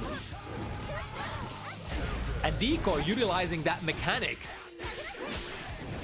2K, another very useful mechanic to utilize for Jacko, the low profiling qualities of that 2K. Can go under a lot of different kind of pokes. The minion bailing Jacko out here. Double jump to the other side, comes down with a Roger smash, and on block that is usually going to be rather neutral. Or is it even plus for Bridget? Oh, collides with the minion, and then goes for the shoot. Decoy not able to recover in time to S. Decent damage coming through. Get to the wall. Hard. Have to take the wall break without a hard knockdown though. I'm hyperventilating and my brain is out of oxygen, so I'm hiccuping. No time to hiccup here, QK. We got a match to play. Ooh, RC, Roger dive. Yep, we're safe here. Boxing. Potentially trying to box Decoy Snail in the corner, but it does not work out for Decoy. Has that jump D, that little bit of a projectile from that range. We can be a makeshift Kai Kisk, can we not? Duel 1. Get the neutral jump out, send out the projectile. Round start DP, all right, we are feeling certain kinds of ways, but, you know, you gotta enforce the RPS. If you're sure that your opponent is gonna press the button, why not just send it? You're definitely sending something. You are sending a message, if nothing else. And Ellie, a really nice amount of damage. Wall break, got safe jump and a jump slash. Able to catch Decoy Snail's backdash as well. Jacko is, if I recall correctly, one of the better backdashes in the game, which will, you know, it will explain why a lot of Jacko. Yo, what? Was that a double cross-up? I think Ellie was facing the wrong way. To the anti-air, out of the neutral jump. We got lots of damage coming in. Drops it, probably purposely. But I mean, we had the 50 here as well. Was holding a minion, can't do anything there. The Roger dive. Ooh, the DP, the Starship reaching really far as well. Kicking minion, it's gonna explode. Oh! No! Using that blew my mind. Oh my god. So Decoy had the time down, the knockdown, the countdown set up there, and then chose to shoot the minion into the stratosphere with 2S. And I think Ellie was like, fuck, the minion is gonna come back. The artillery shell is gonna come back and explode. And that was the threat that Decoy used to find respect and find the throw. Yeah, that artillery shell. Oh, it sends the minions that far. All right, interesting. We got the sandwich ready, so we can go for a full combo here. Could cash out, but could also drop it and work the corner, which is usually going to be the better proposition, the better value proposition for Jacko. After all, the nastiest kind of pressure you can pull off on your opponent is if their back is against the corner and you got your goobers ready to go and just pressure them till the end of time. Ooh, just to pick up the minion. I wonder if that was a misinput there, but basically made themselves unable to block. After all, it's the same as Happy Chaos's gun stance. If you take out the minion, if you're holding a minion, the only defensive option you can do is either run away or use a defense command.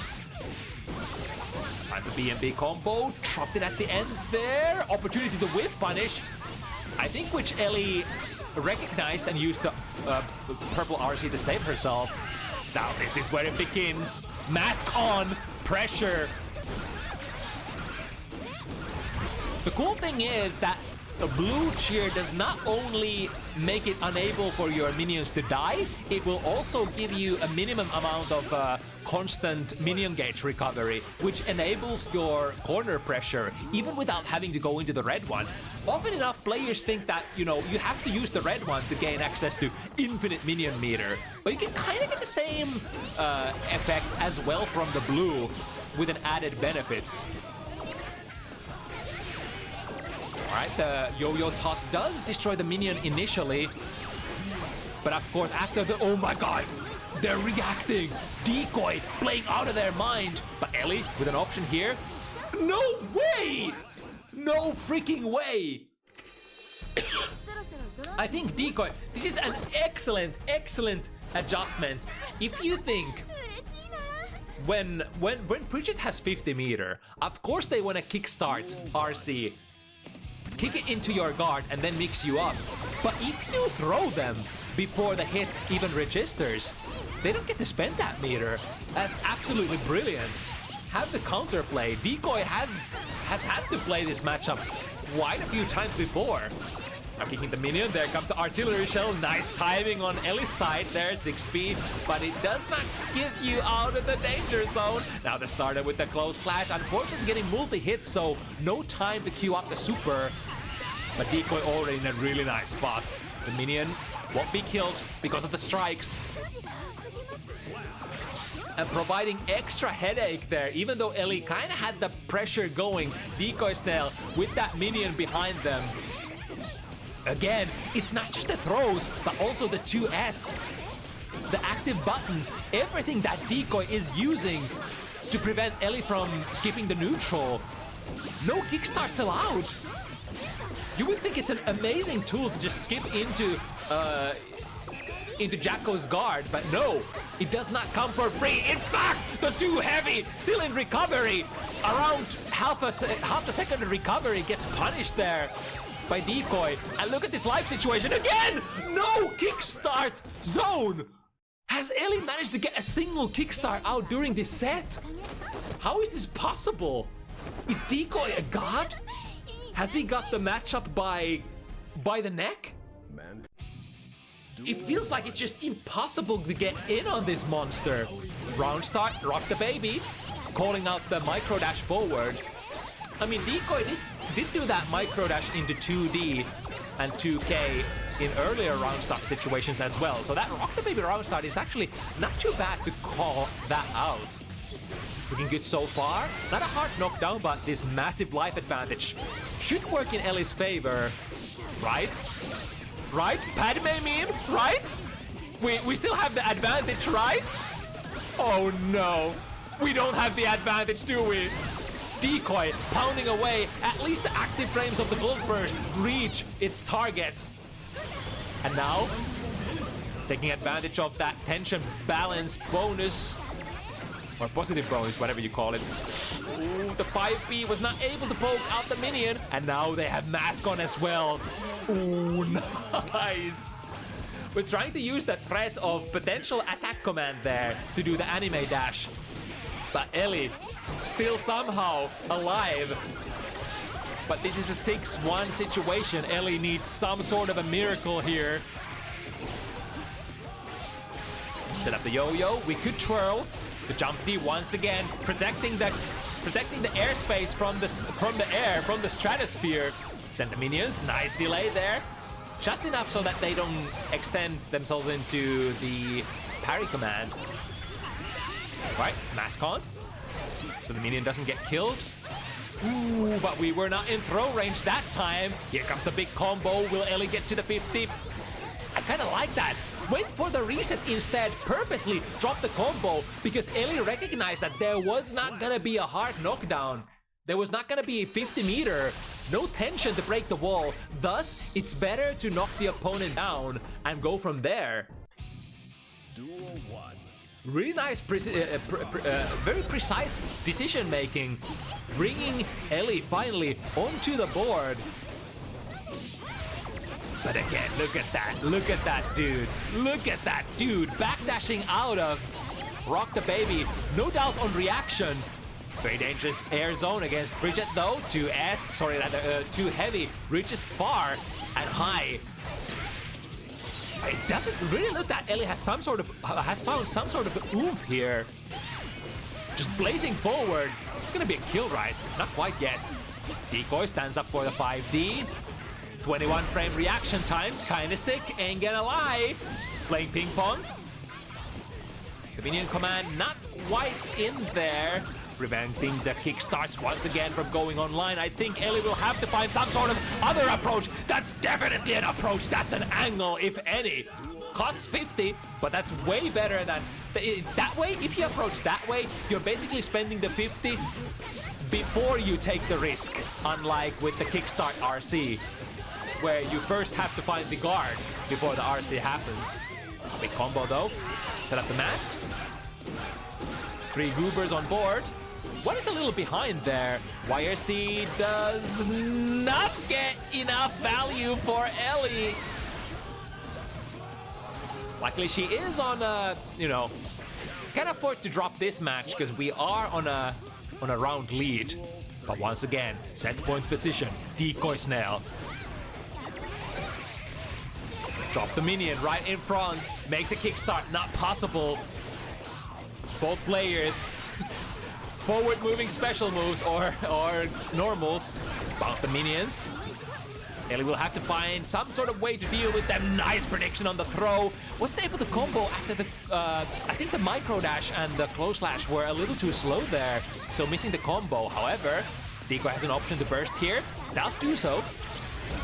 Ooh, upward setup on the yo-yo. Does that interact with...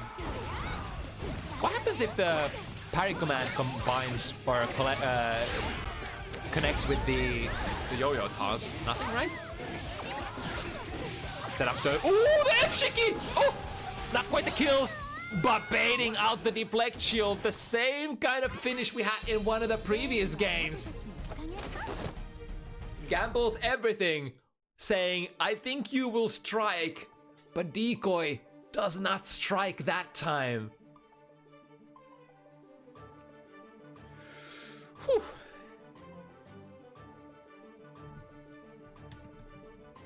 Now that definitely seemed like a matchup that Decoy has played not once or twice, but way more than a couple of times in the past. Good stuff. I think Decoy, I think Decoy has played this matchup before on Bounty Hunters as well, and it tends to always be the same, right? Just the extremely tight defense against kickstarts. Also, Zyngard, yeah, Lunacy did play earlier already. We do have 2 matches left, which would be Boshy versus Stealth and Wilku versus PabloPikazo. So we're kicking back a little here, dialing down the momentum, or maybe not. Who knows? Next pair of first comers. This will be Bounty Hunter's debut for both Boshy and Stealth. Give them the shout out as well.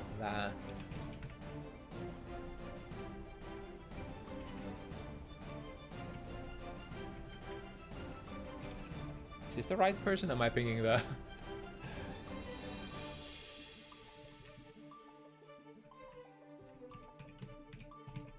I think this is the right one. I hate Discord and streamer mode sometimes. All right, never mind. We have both players in the lobby and ready to go as well. So a completely new pair. It's that rare character, that bedman, that buffed bedman, no less. We've only had a couple of bedmans since the well-needed changes landed on this mechanical abomination of a character.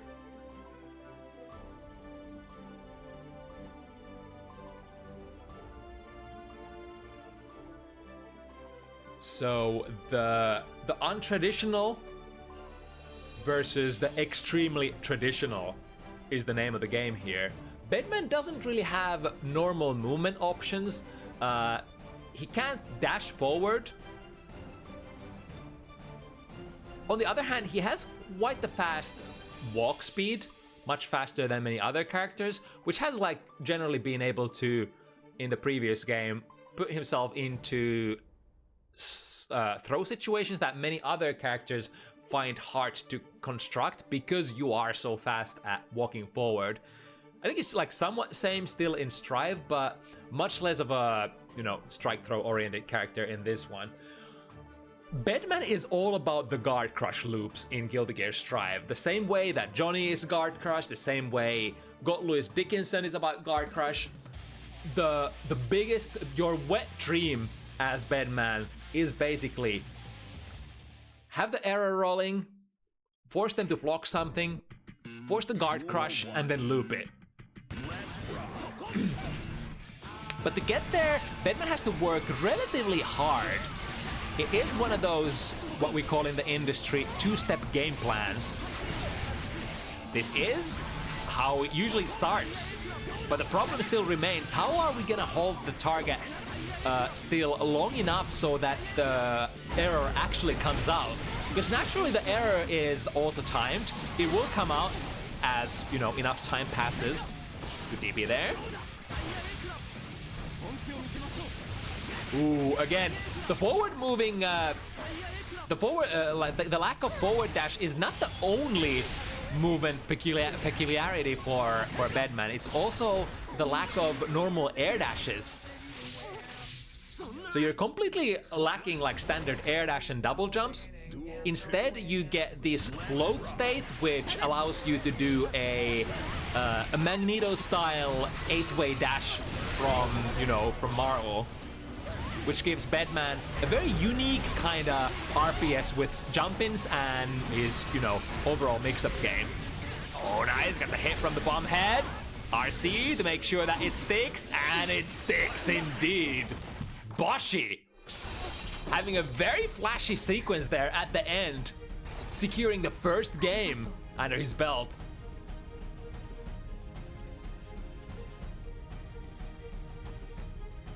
Now it's of course especially the jump slash change, where the jump slash of Bedman's now absorbs, or rather vacuums, the opponent in on both hit and block, allowing you to, yeah, just like that, allowing you to perform way more consistent sequences that might have not been possible in the previous patch.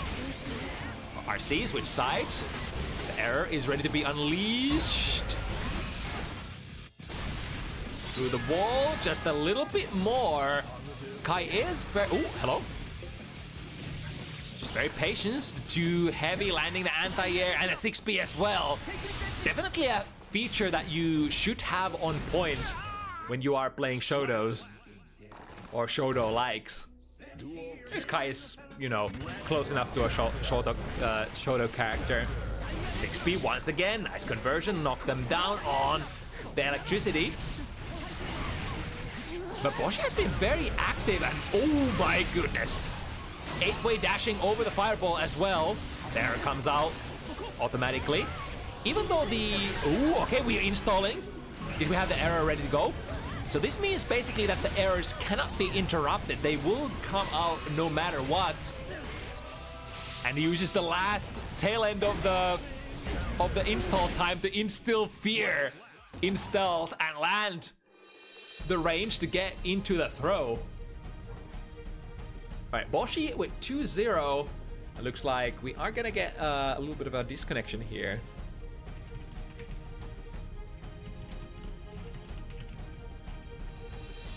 So let's see if the players do catch this. This usually happens when the players have that hiccup from the server, where you're kind of stuck in the score screen and unable to move forward, and the server is just kind of like slow rolling and slowing you down. That's usually when we get the majority of the spectator disconnections.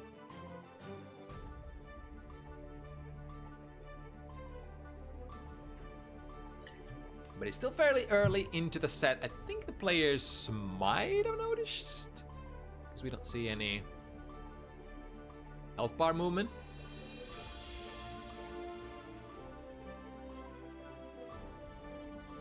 So if the players can hear, just just sandbag through the game, and I'll call you back to the lobby and we can proceed after that.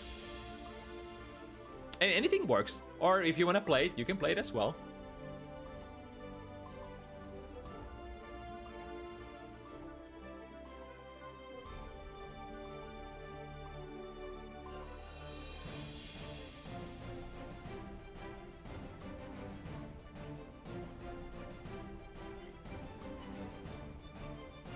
So far, lots of confidence from our Bedman player Boshy. I think Bedman is definitely that kind of character against who you gotta hold your own against. Because Bedman, like the thing that Bedman would love to do to you the most is make you sit still and queue up some of those extremely slow starting plus frame moves, such as the the malfunction is one of those, the fire punch, or I believe is 6 heavy. Is 6 heavy plus as well when charged? I forgot.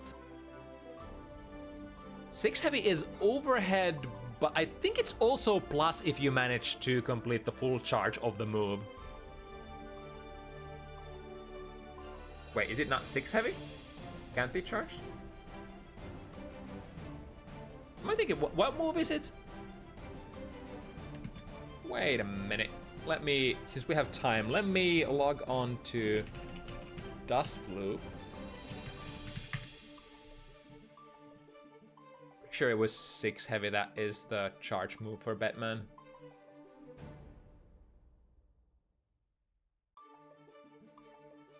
Or maybe it is not. Maybe you are actually correct.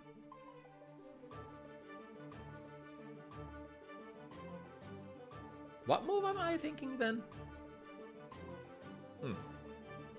Oh, that goes to show how little I know about this character. He's one of the rarer characters after all.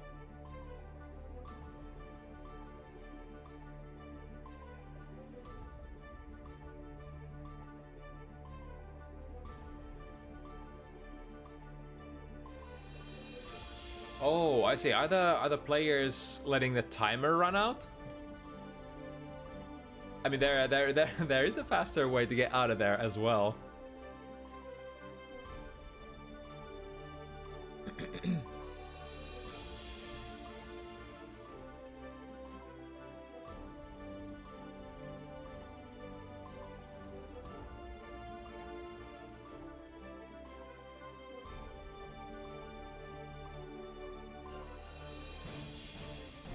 Indeed, it is only the malfunction that can be charged 4 extra plus frames. Plus a little even without charge, and then, you know, massive plus 19 if respected all the way through. Let me flip this. I think, yeah, I guess we can do this.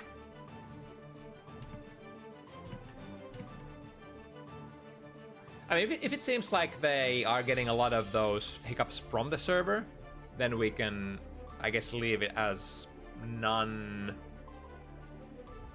room permanently. But let's see if we get to pull through with this one. They did get like at least 2 games before the disconnection. Normally. All right, back into it. Boshy and Stealth. Oh, are we good?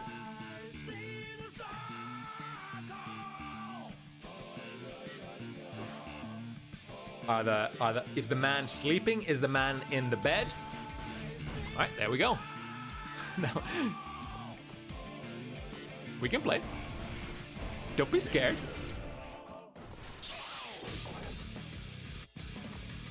Or is there some sort of a connection issue here? Or what's the deal?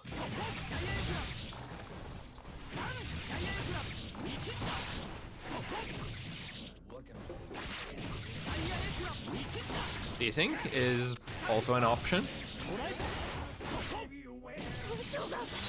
Sometimes like stuff like desyncs and what have you can be because of the routing.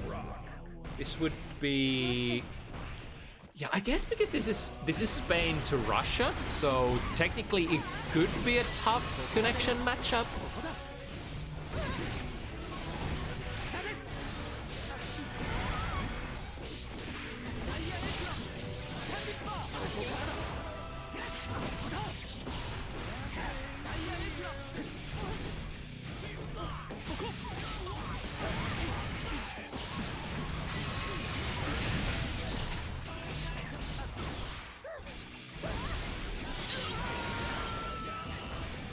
Oops, I think I misclicked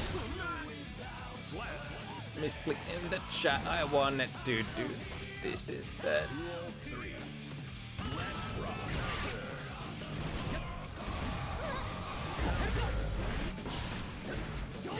Damn, shit is hard when you're running stuff along. Alright, either way, both players with a round here.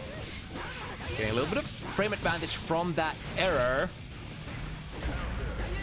6P works out. Stealth putting Boshy for now in the corner. Try to probably back, go YRC back with that blue RC, but was not in block stun quite yet. And able to break out of the corner. This could give Boshy the opportunity to start the guard crush loop. However, the error is going to be cancelled by that bar slash. After all, anything, like, it doesn't matter, block, hit, as long as you land something on Bedman, it's gonna cancel the countdown as long as Bedman is not in that install mode.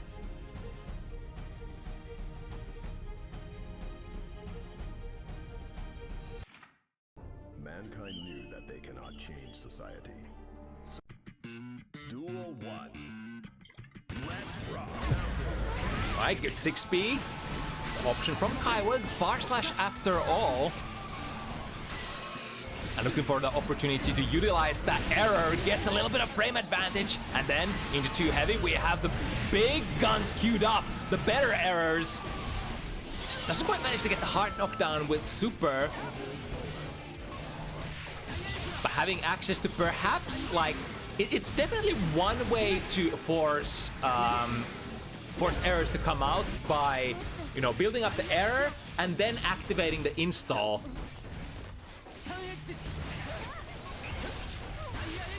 Ooh, the fireball just barely whiffs on Stealth. 2K calls out their malfunction, alright. This is footsies. 6B, immediate burst from Stealth. Just doesn't want to give away the round. Duel 2. Let's rock. Interesting, the 6B on the far side does not combo apparently into the Beyblade of Bedman's. You got the error stored, jump slash, pulling back the target, sucking them in. But that's a counter hit. Reversal super is gonna work out. I think I see 6 heavy or 5 heavy active that time.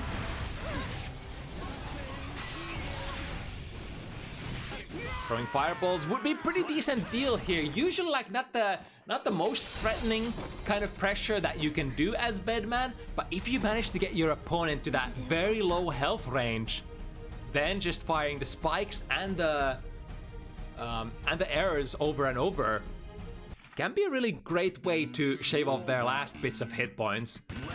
And ever since they fixed that bug, the bug quotation I think was that the air fireballs make you take massive amount of negative penalty. Since they fixed that, it's been much more comfortable for Bedman to potentially play keep away, although of course you're not necessarily a keep away character by any means. In fact, you're all about this, yeah, stealth knows. Bursting out of that one allows you to avoid the guard crush loop. But it could still be imminent. Reversal super, get out of there. Still anybody's round. Stealth has the 50 meter ready to go. But we need to find the conversion wires. He's too far! Coded to not hit at that range. And then the 6 heavy wham bam overhead. Duel 2. Let's rock. Also, please be respectful in the chat. I know you're excited for your homies, but be excellent to each other. I don't generally tolerate any sort of thuggery, so just a heads up. I'm not gonna warn you. I'm gonna time you up very fast for shit like that. Right, from a nice angle, the 8-way dash once again doesn't manage to get into an irrelevant pressure position initially. However, pop them up. Got another error coming. No DP in sight. Oh, wait. Did Boshy try to go for a throw there?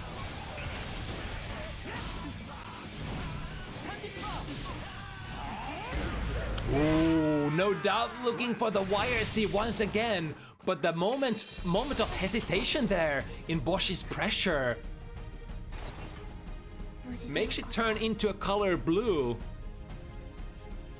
which delivers a completely different kind of effect. It does slow your opponent down still, but depending on if they're already starting their strike, might be hard to contest them anymore, especially since your blue RC also has its own startup. Right, the air fireball once again from Bedman, triumphing over the grounded fireballs and leading into a big counter hit by Malfunction. One of the best starters for Bedman, be it on block or on hit.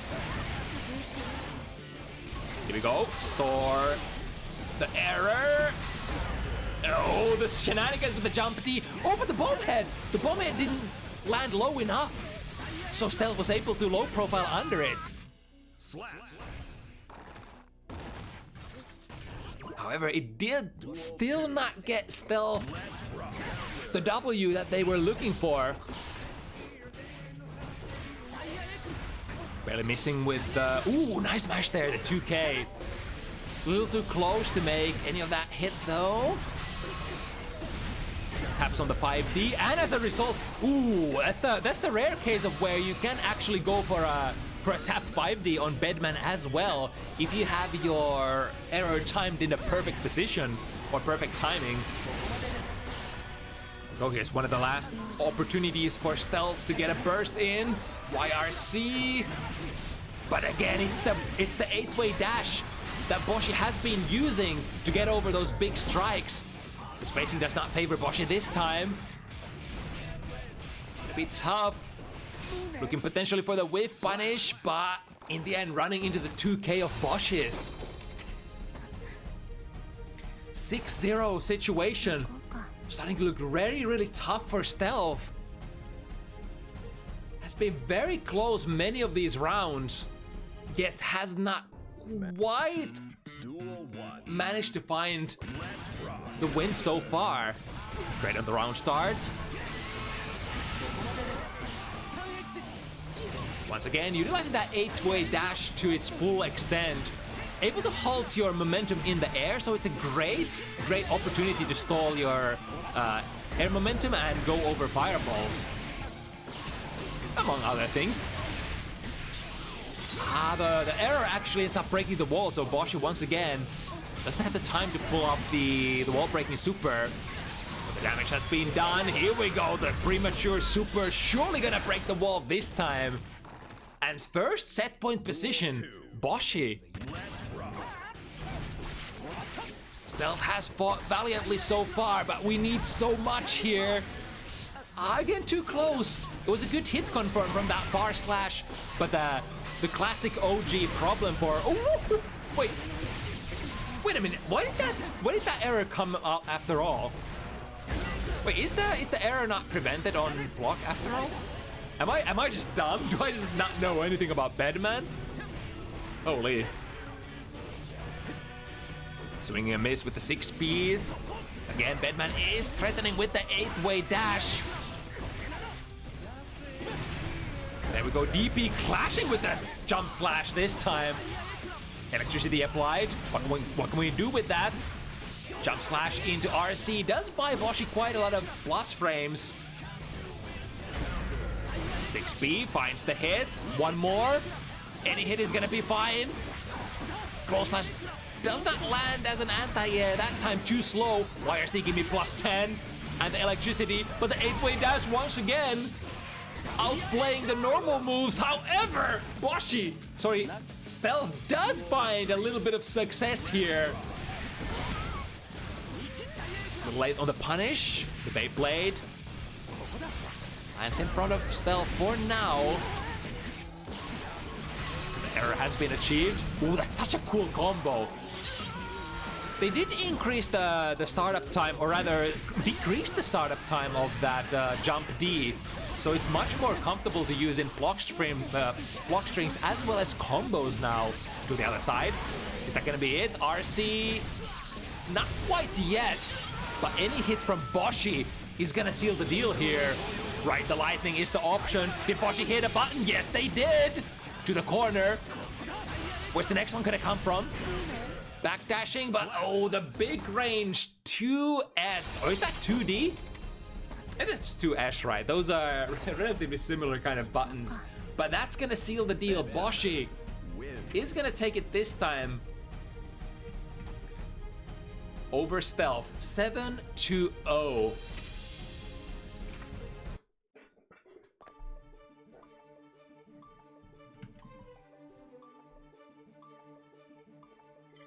But it do be like that sometimes, and this is like it's very difficult territory sometimes when we move into rookie skill levels,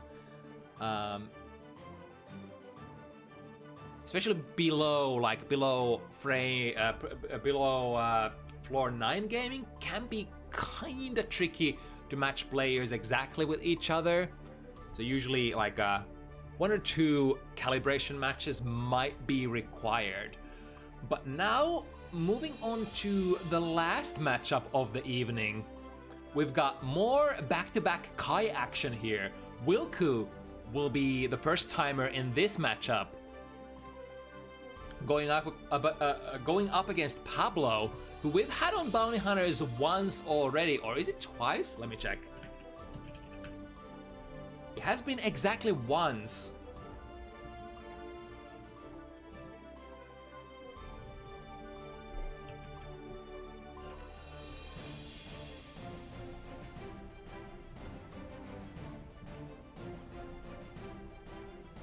Right, give me a quick second here.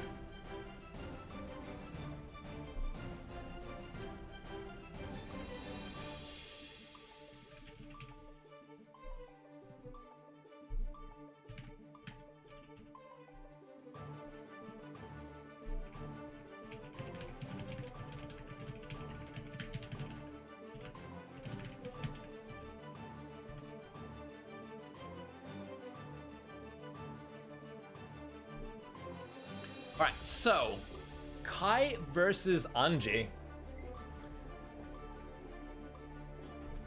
Of course, Kai generally has the range advantage in this one. The usual Anji thing is that he is not very easy to keep out with strikes. But Kai doesn't necessarily have to strike at far range. He has the fireballs as well, and spinning into fireballs generally not as favorable as spinning into normals. Spinning a normal generally guarantees you at least the fish, Midare, which gets you heart knockdown and a butterfly setup. And sometimes even something better, such as, you know, dancing from the close range into a close slash, start, you know, big massive damage. Anji really has no, really no shortage of, you know, damage once you get a good starter. So it's gonna be this delicate dance of, you know, Anji trying to swing wild with big starters, and Kai trying to be as unpredictable as possible with their button timings. Swing too unpredictably, and the Suigetsu no Hakopi is gonna score a parry into a punish. But at the same time, when it comes to Anji's, you know, spin and neutral, Anji is kind of like a case of like Arxis has basically doubled down on making the spin more powerful and more powerful and more powerful as the time has, you know, passed on. So at the current, it's like Anji is kind of like a character who can't not afford to use the spin for neutral. It's like he's not known for his good strikes per se. Kind of stubby, while they're kind of fast for their range. Generally not gonna win you the neutral. You have to use them in tandem with all of your weird options. Pablo running a train at the moment, close slash pressure. Another thing, ooh, but that's a really nice call out there against the plus frame follow-up shin. If you think they're gonna throw the fan from that high up angle, you generally do jump with them and try to score air-to-air counter hit. But 5-8, ooh, installing the dragon, low enough to activate this. Ooh, I said dancing into the fireballs is not the best proposition. YRC, yeah, a lot of stuff tends to be kind of nasty on block once the dragon install goes online for Kai. Not able to get enough value out of that this time around. The back jump heavy, protecting your airspace, which Pablo runs head first into. Lots of plus frames cashing out on that shock state with Foudre Arc. 5B doesn't quite reach here. Overhead RC conversion. Ooh, gonna dance straight into Suigetsu no Hakobi. Ah, the steer back, the new option from that shin. You can now kind of apply momentum towards, you know, forwards, neutral, or even backwards. And I think the backwards momentum in that shin was applied for Pablo to make the DP actually whiff. On the other hand, Kai's DP also not the most furthest reaching, so might be hard to DP Anji out of that shin with that one. Ooh, no dances this time. The heavy fireball too slow on startup. There we go, get the Mirare. If you're wondering like what you can get afterwards, Mirare will always have your back. Allows you to sort of skip the thought work, and at the cost of maybe getting the close slash starter, you're just getting a hard knockdown instead. But here comes Wilku with the combos. Ooh, the killing combo not cancelled into a super. Still could be anybody's game. Both players go with a throw option, whipping the core, dancing through the fireballs.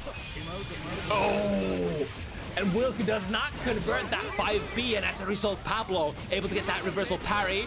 Pop them out the sky. That's a big starter, and Wilku is not close enough to the parry. Sorry, to the burst just yet.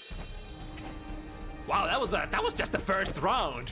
We're gonna have a banger here on our hands for the last matchup of the evening.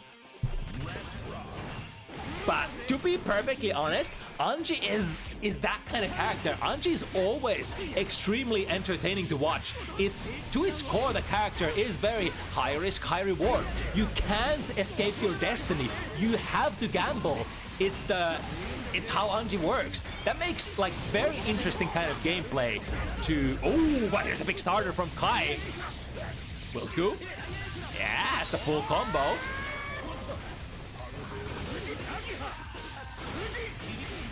Here comes big damage from Pablo as well, combined with that RC and then the super. Oh, look at these resources from Wilku. Almost full on burst, definitely full on that tension.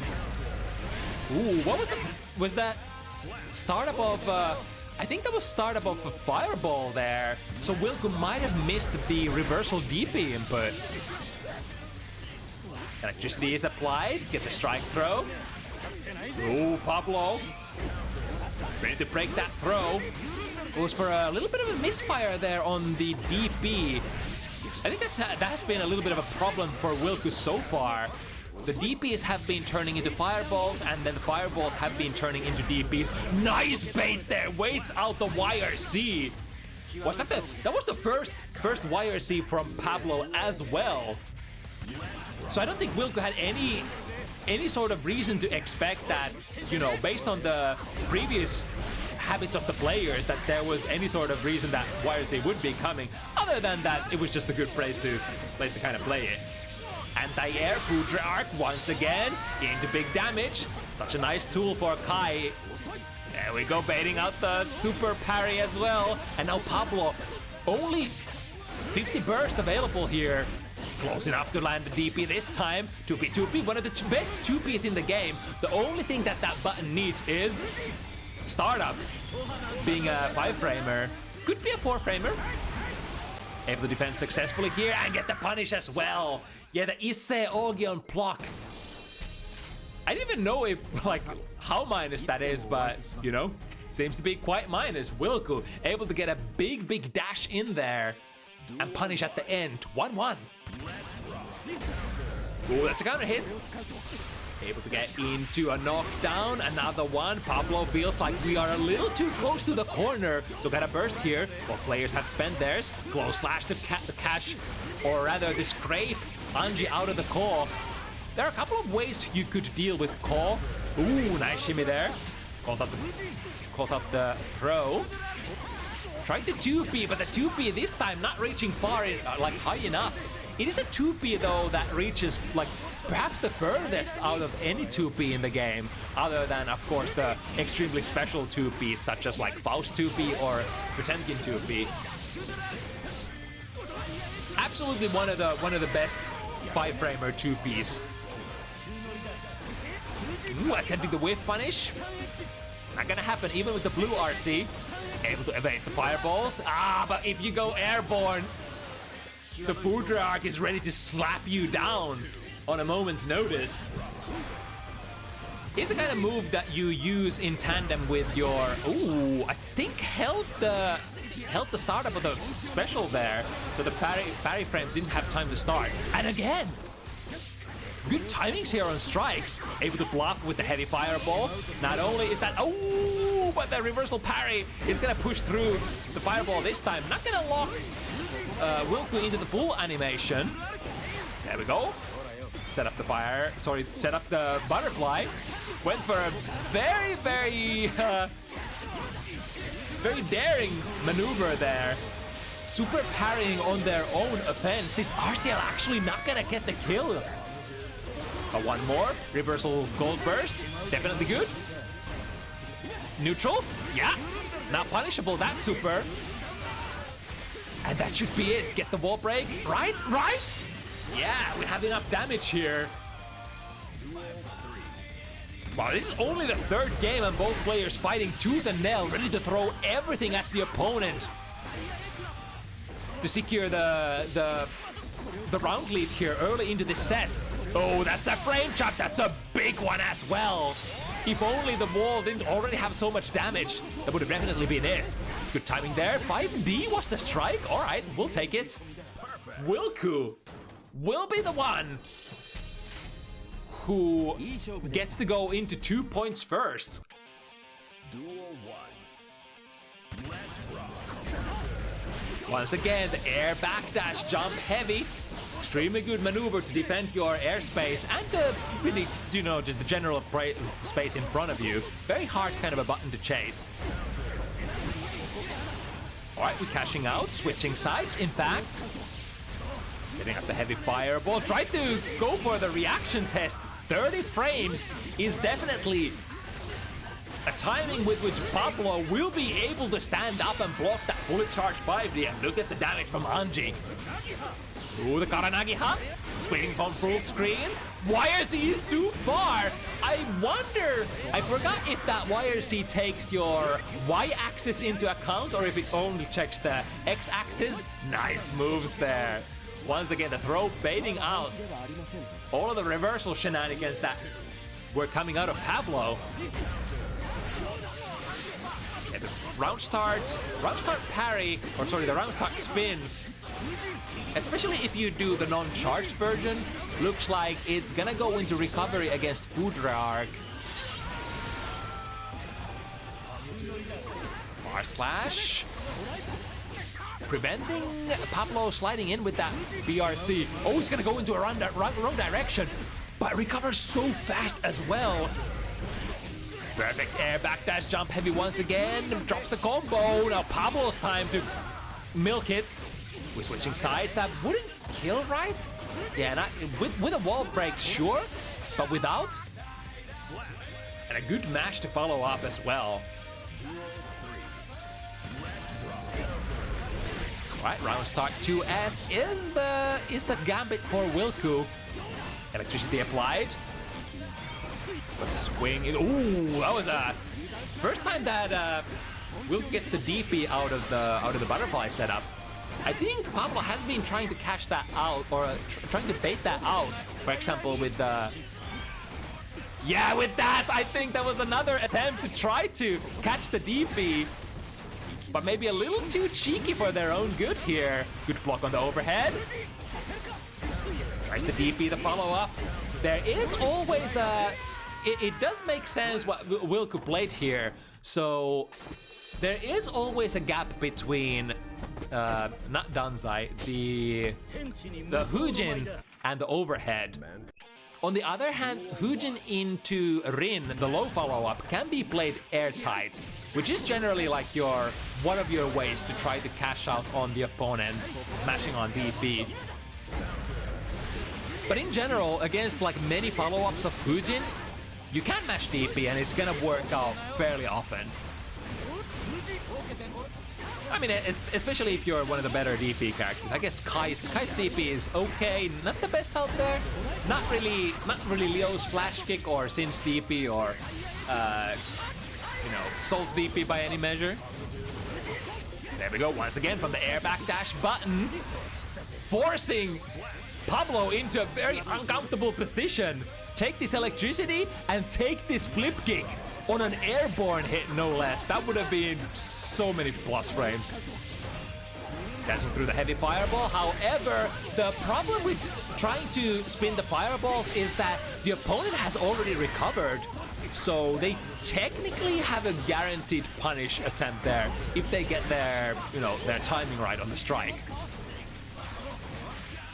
Try to parry there, no dice. OTG attempt to kill, and then dash into a throw. It's a strike thrower's paradise after all. With these basic characters. Basic does not mean boring though. Note. Whoever says that Shoto characters are boring doesn't know what the fuck they're talking about. Right, able to get the neutral jump against Shin. No strike though. Ooh, the 6P once again keeping Wilku in the corner, and now the burst as well. Pablo wants to spend everything to contain the prey in there, but finally the SDP comes through. Oh, Cord does get a drive-by hit, prompting Wilku to attempt the same kind of burst that Pablo did earlier. Far Slash is a punish, but dancing, the timings are on Pablo's side as of recent with those spins. A little bit of too much bounce. Bounces out of the corner. This will trigger the parry, yes? Yeah, and the mid-array is gonna punish as well against the multi-hit. Damn, I think that's the first time I see Kai's RTL being parried like that. Right, 2P into the newly added 2P, or is it newly? Was it in last patch? I think it's been a couple of patches since they added the 2P into 6 heavy. True combo. Overhead and a cash out. And I think the wall didn't have too much damage, so Pablo does get to deal majority of the combo damage. And then some. Round start, stun dipper. It's gonna be a good combo from Wilku as well. Pablo is 100 meters. Gotta be careful about those parries. They might be coming out, as well as the gold burst. There we go. Speaking of the devil, there's so much thuggery there in those sequences. The gold burst dash straight into a parry. But why not? If you think that the opponent is dead bent on striking you, then that's gonna put all kinds of ends to their schemes. 3-3 now here. With the Kararin, able to sweep the crown from very respectable amount of distance. Keep the pressure going. They should get the wall break. Oh no, unless Wilku wants to break it. Break the sequence, that is. Oh, the Fujin didn't quite hit clean, but I think Wilku should be low enough here to get the kill, even without a wall break. Pablo starting with 50 in their burst gauge. Has been using that red wild assault, especially in the corner pressure situations, quite a bit. Ooh, the 2P frame trap into 6 heavy. Oh no! Misses with the DP. Pablo getting the back turn incident into big damage. Has to break the wall with a soft one, putting the competitors in a roughly even situation here. Far Slash once again catching. Was that backdash or a jump startup? Either way, being able to cash out successfully in the corner. Pablo.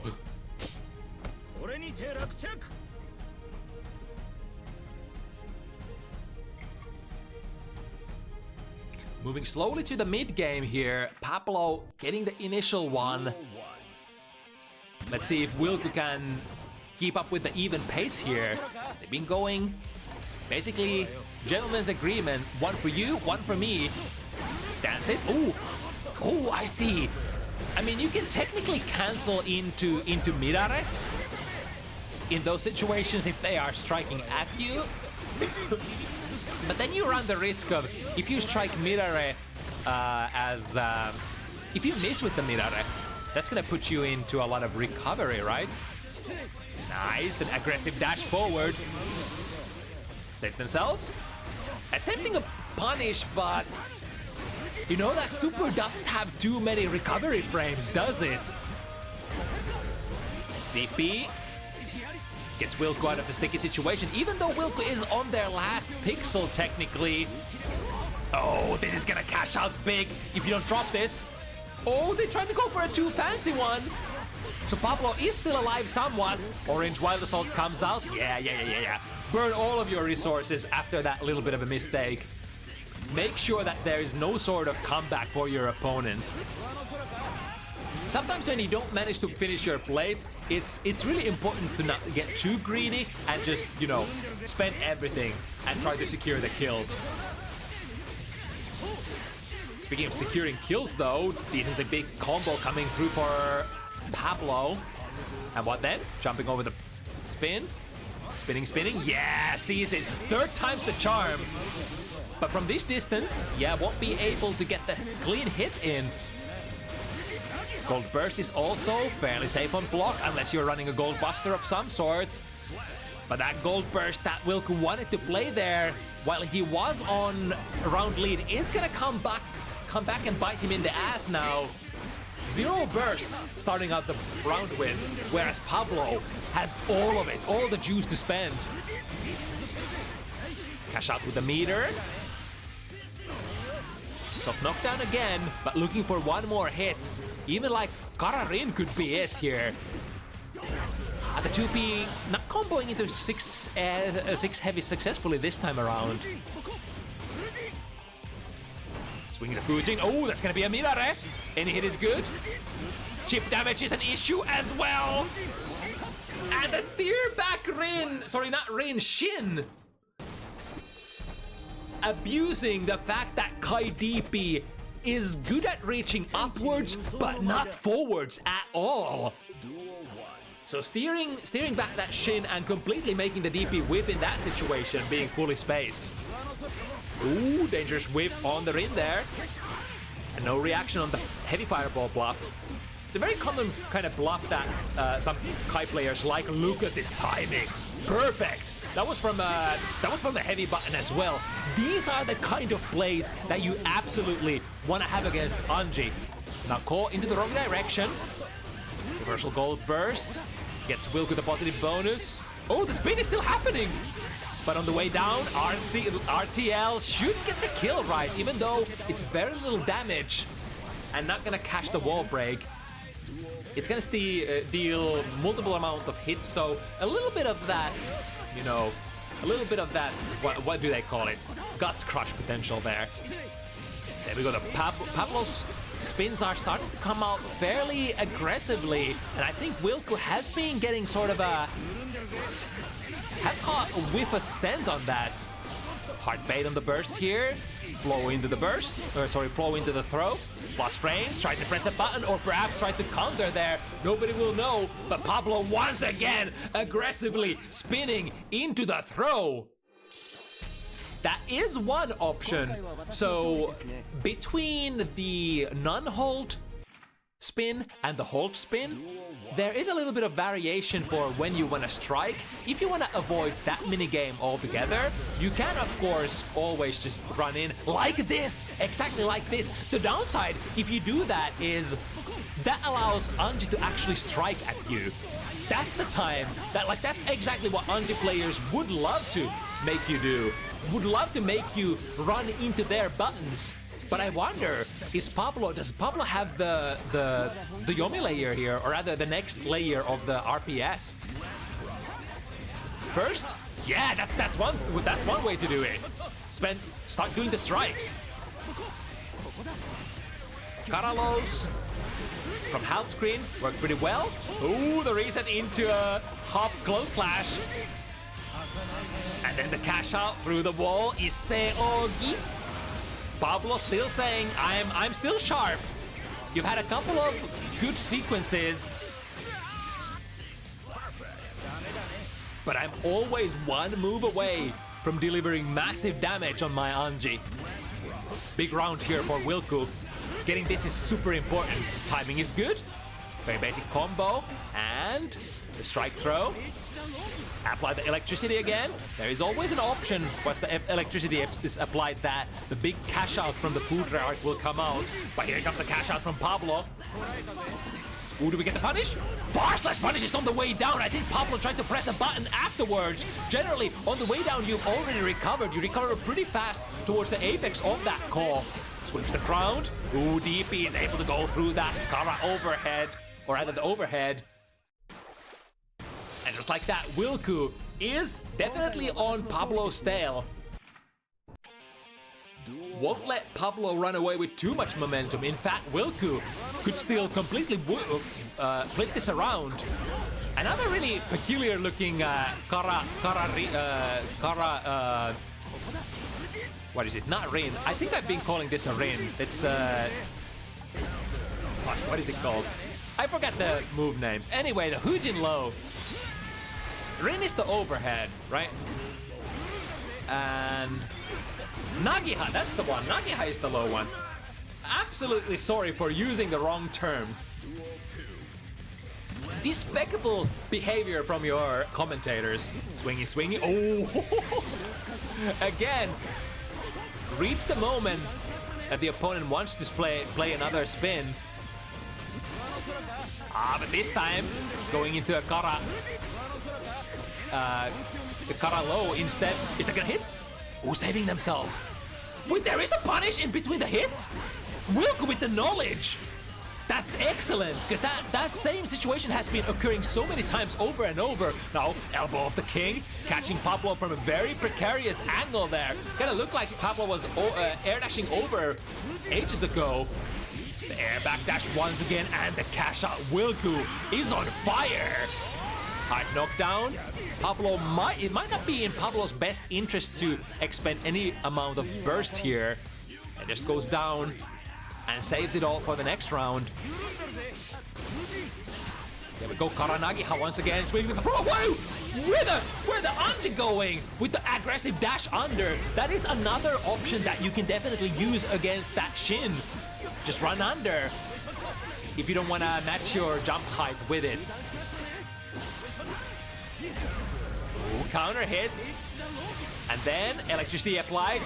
Is it kill? Yeah, it goes for the heavy fireball, sort of the heavy DP to deliver massive, maximum amount of wall-breaking damage. Bringing Wilku 5 points even. Now we're here once again. The last match of the evening, the most tight of them all. 2 games for either one of these gladiators to take this set home. Jumps over and gets a close slash punish. Very nice. Prompting Pablo to immediately burst. This will take Pablo to the corner, but again, from that full screen distance, not quite gonna break. Same problem with Sin as well. At the absolute maximum range, will be very hard to get the wall break. But it will always take the opponent into the corner, and getting the corner is super important. There we go! Finds the gap.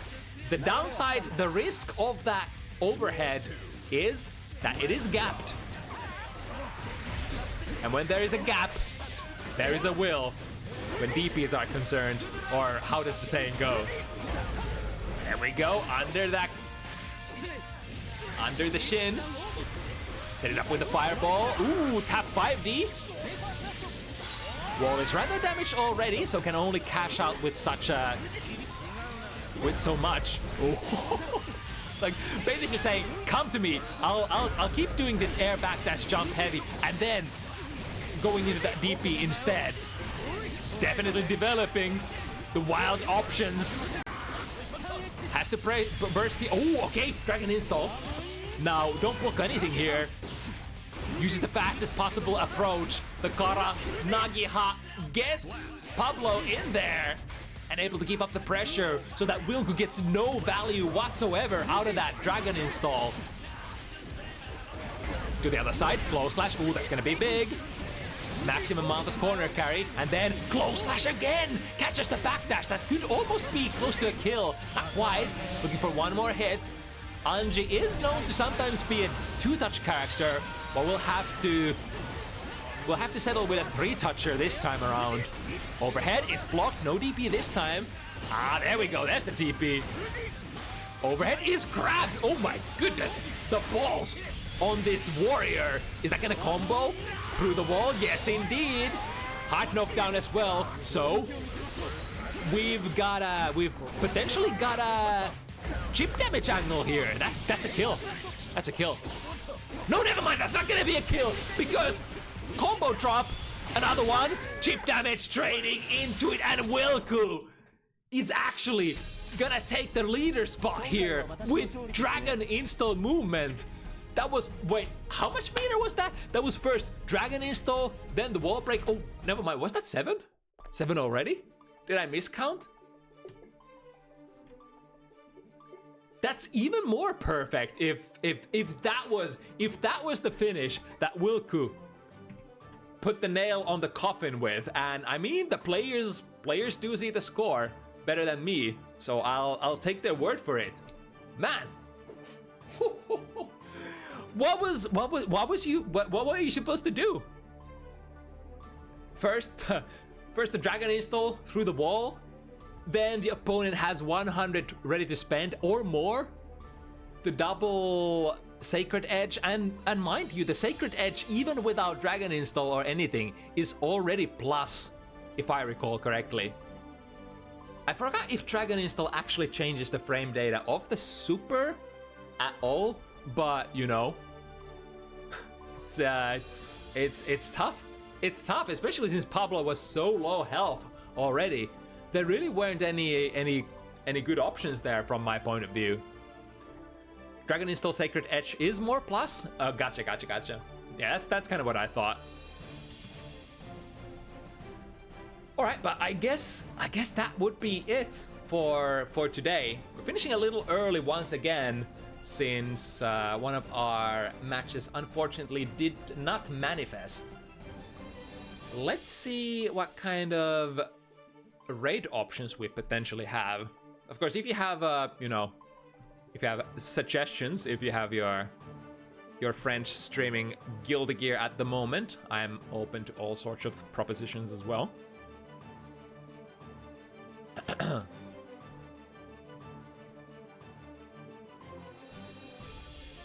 right, let's see what's available. Available.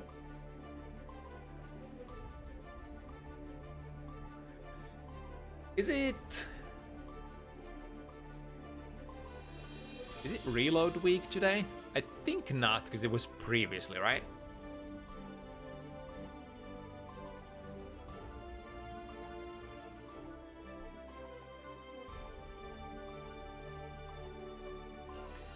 We got Trickiest on some sort of an event, it looks like. So that could be one raid option. Is the I presume a French community event.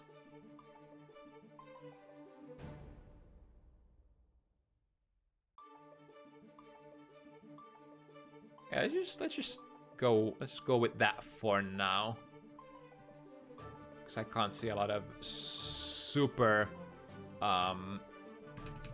prominent stuff going on. And it's like half an hour till gender neutral as well. Damn, I've been wanting to rate the gender neutral guys for a couple of weeks now, but we've tended to finish a little earlier than previously as of recent. But anyway, let's go right on the French community. And with that, thank you so much for watching this week. We'll be back same time next week as well, 5 p.m. CEST. If you want to sign up for a set yourself, join my Discord. The sign-up forms are going to be posted over there in just a second. But for now, thank you all for watching, and see you on the other side. Bye-bye!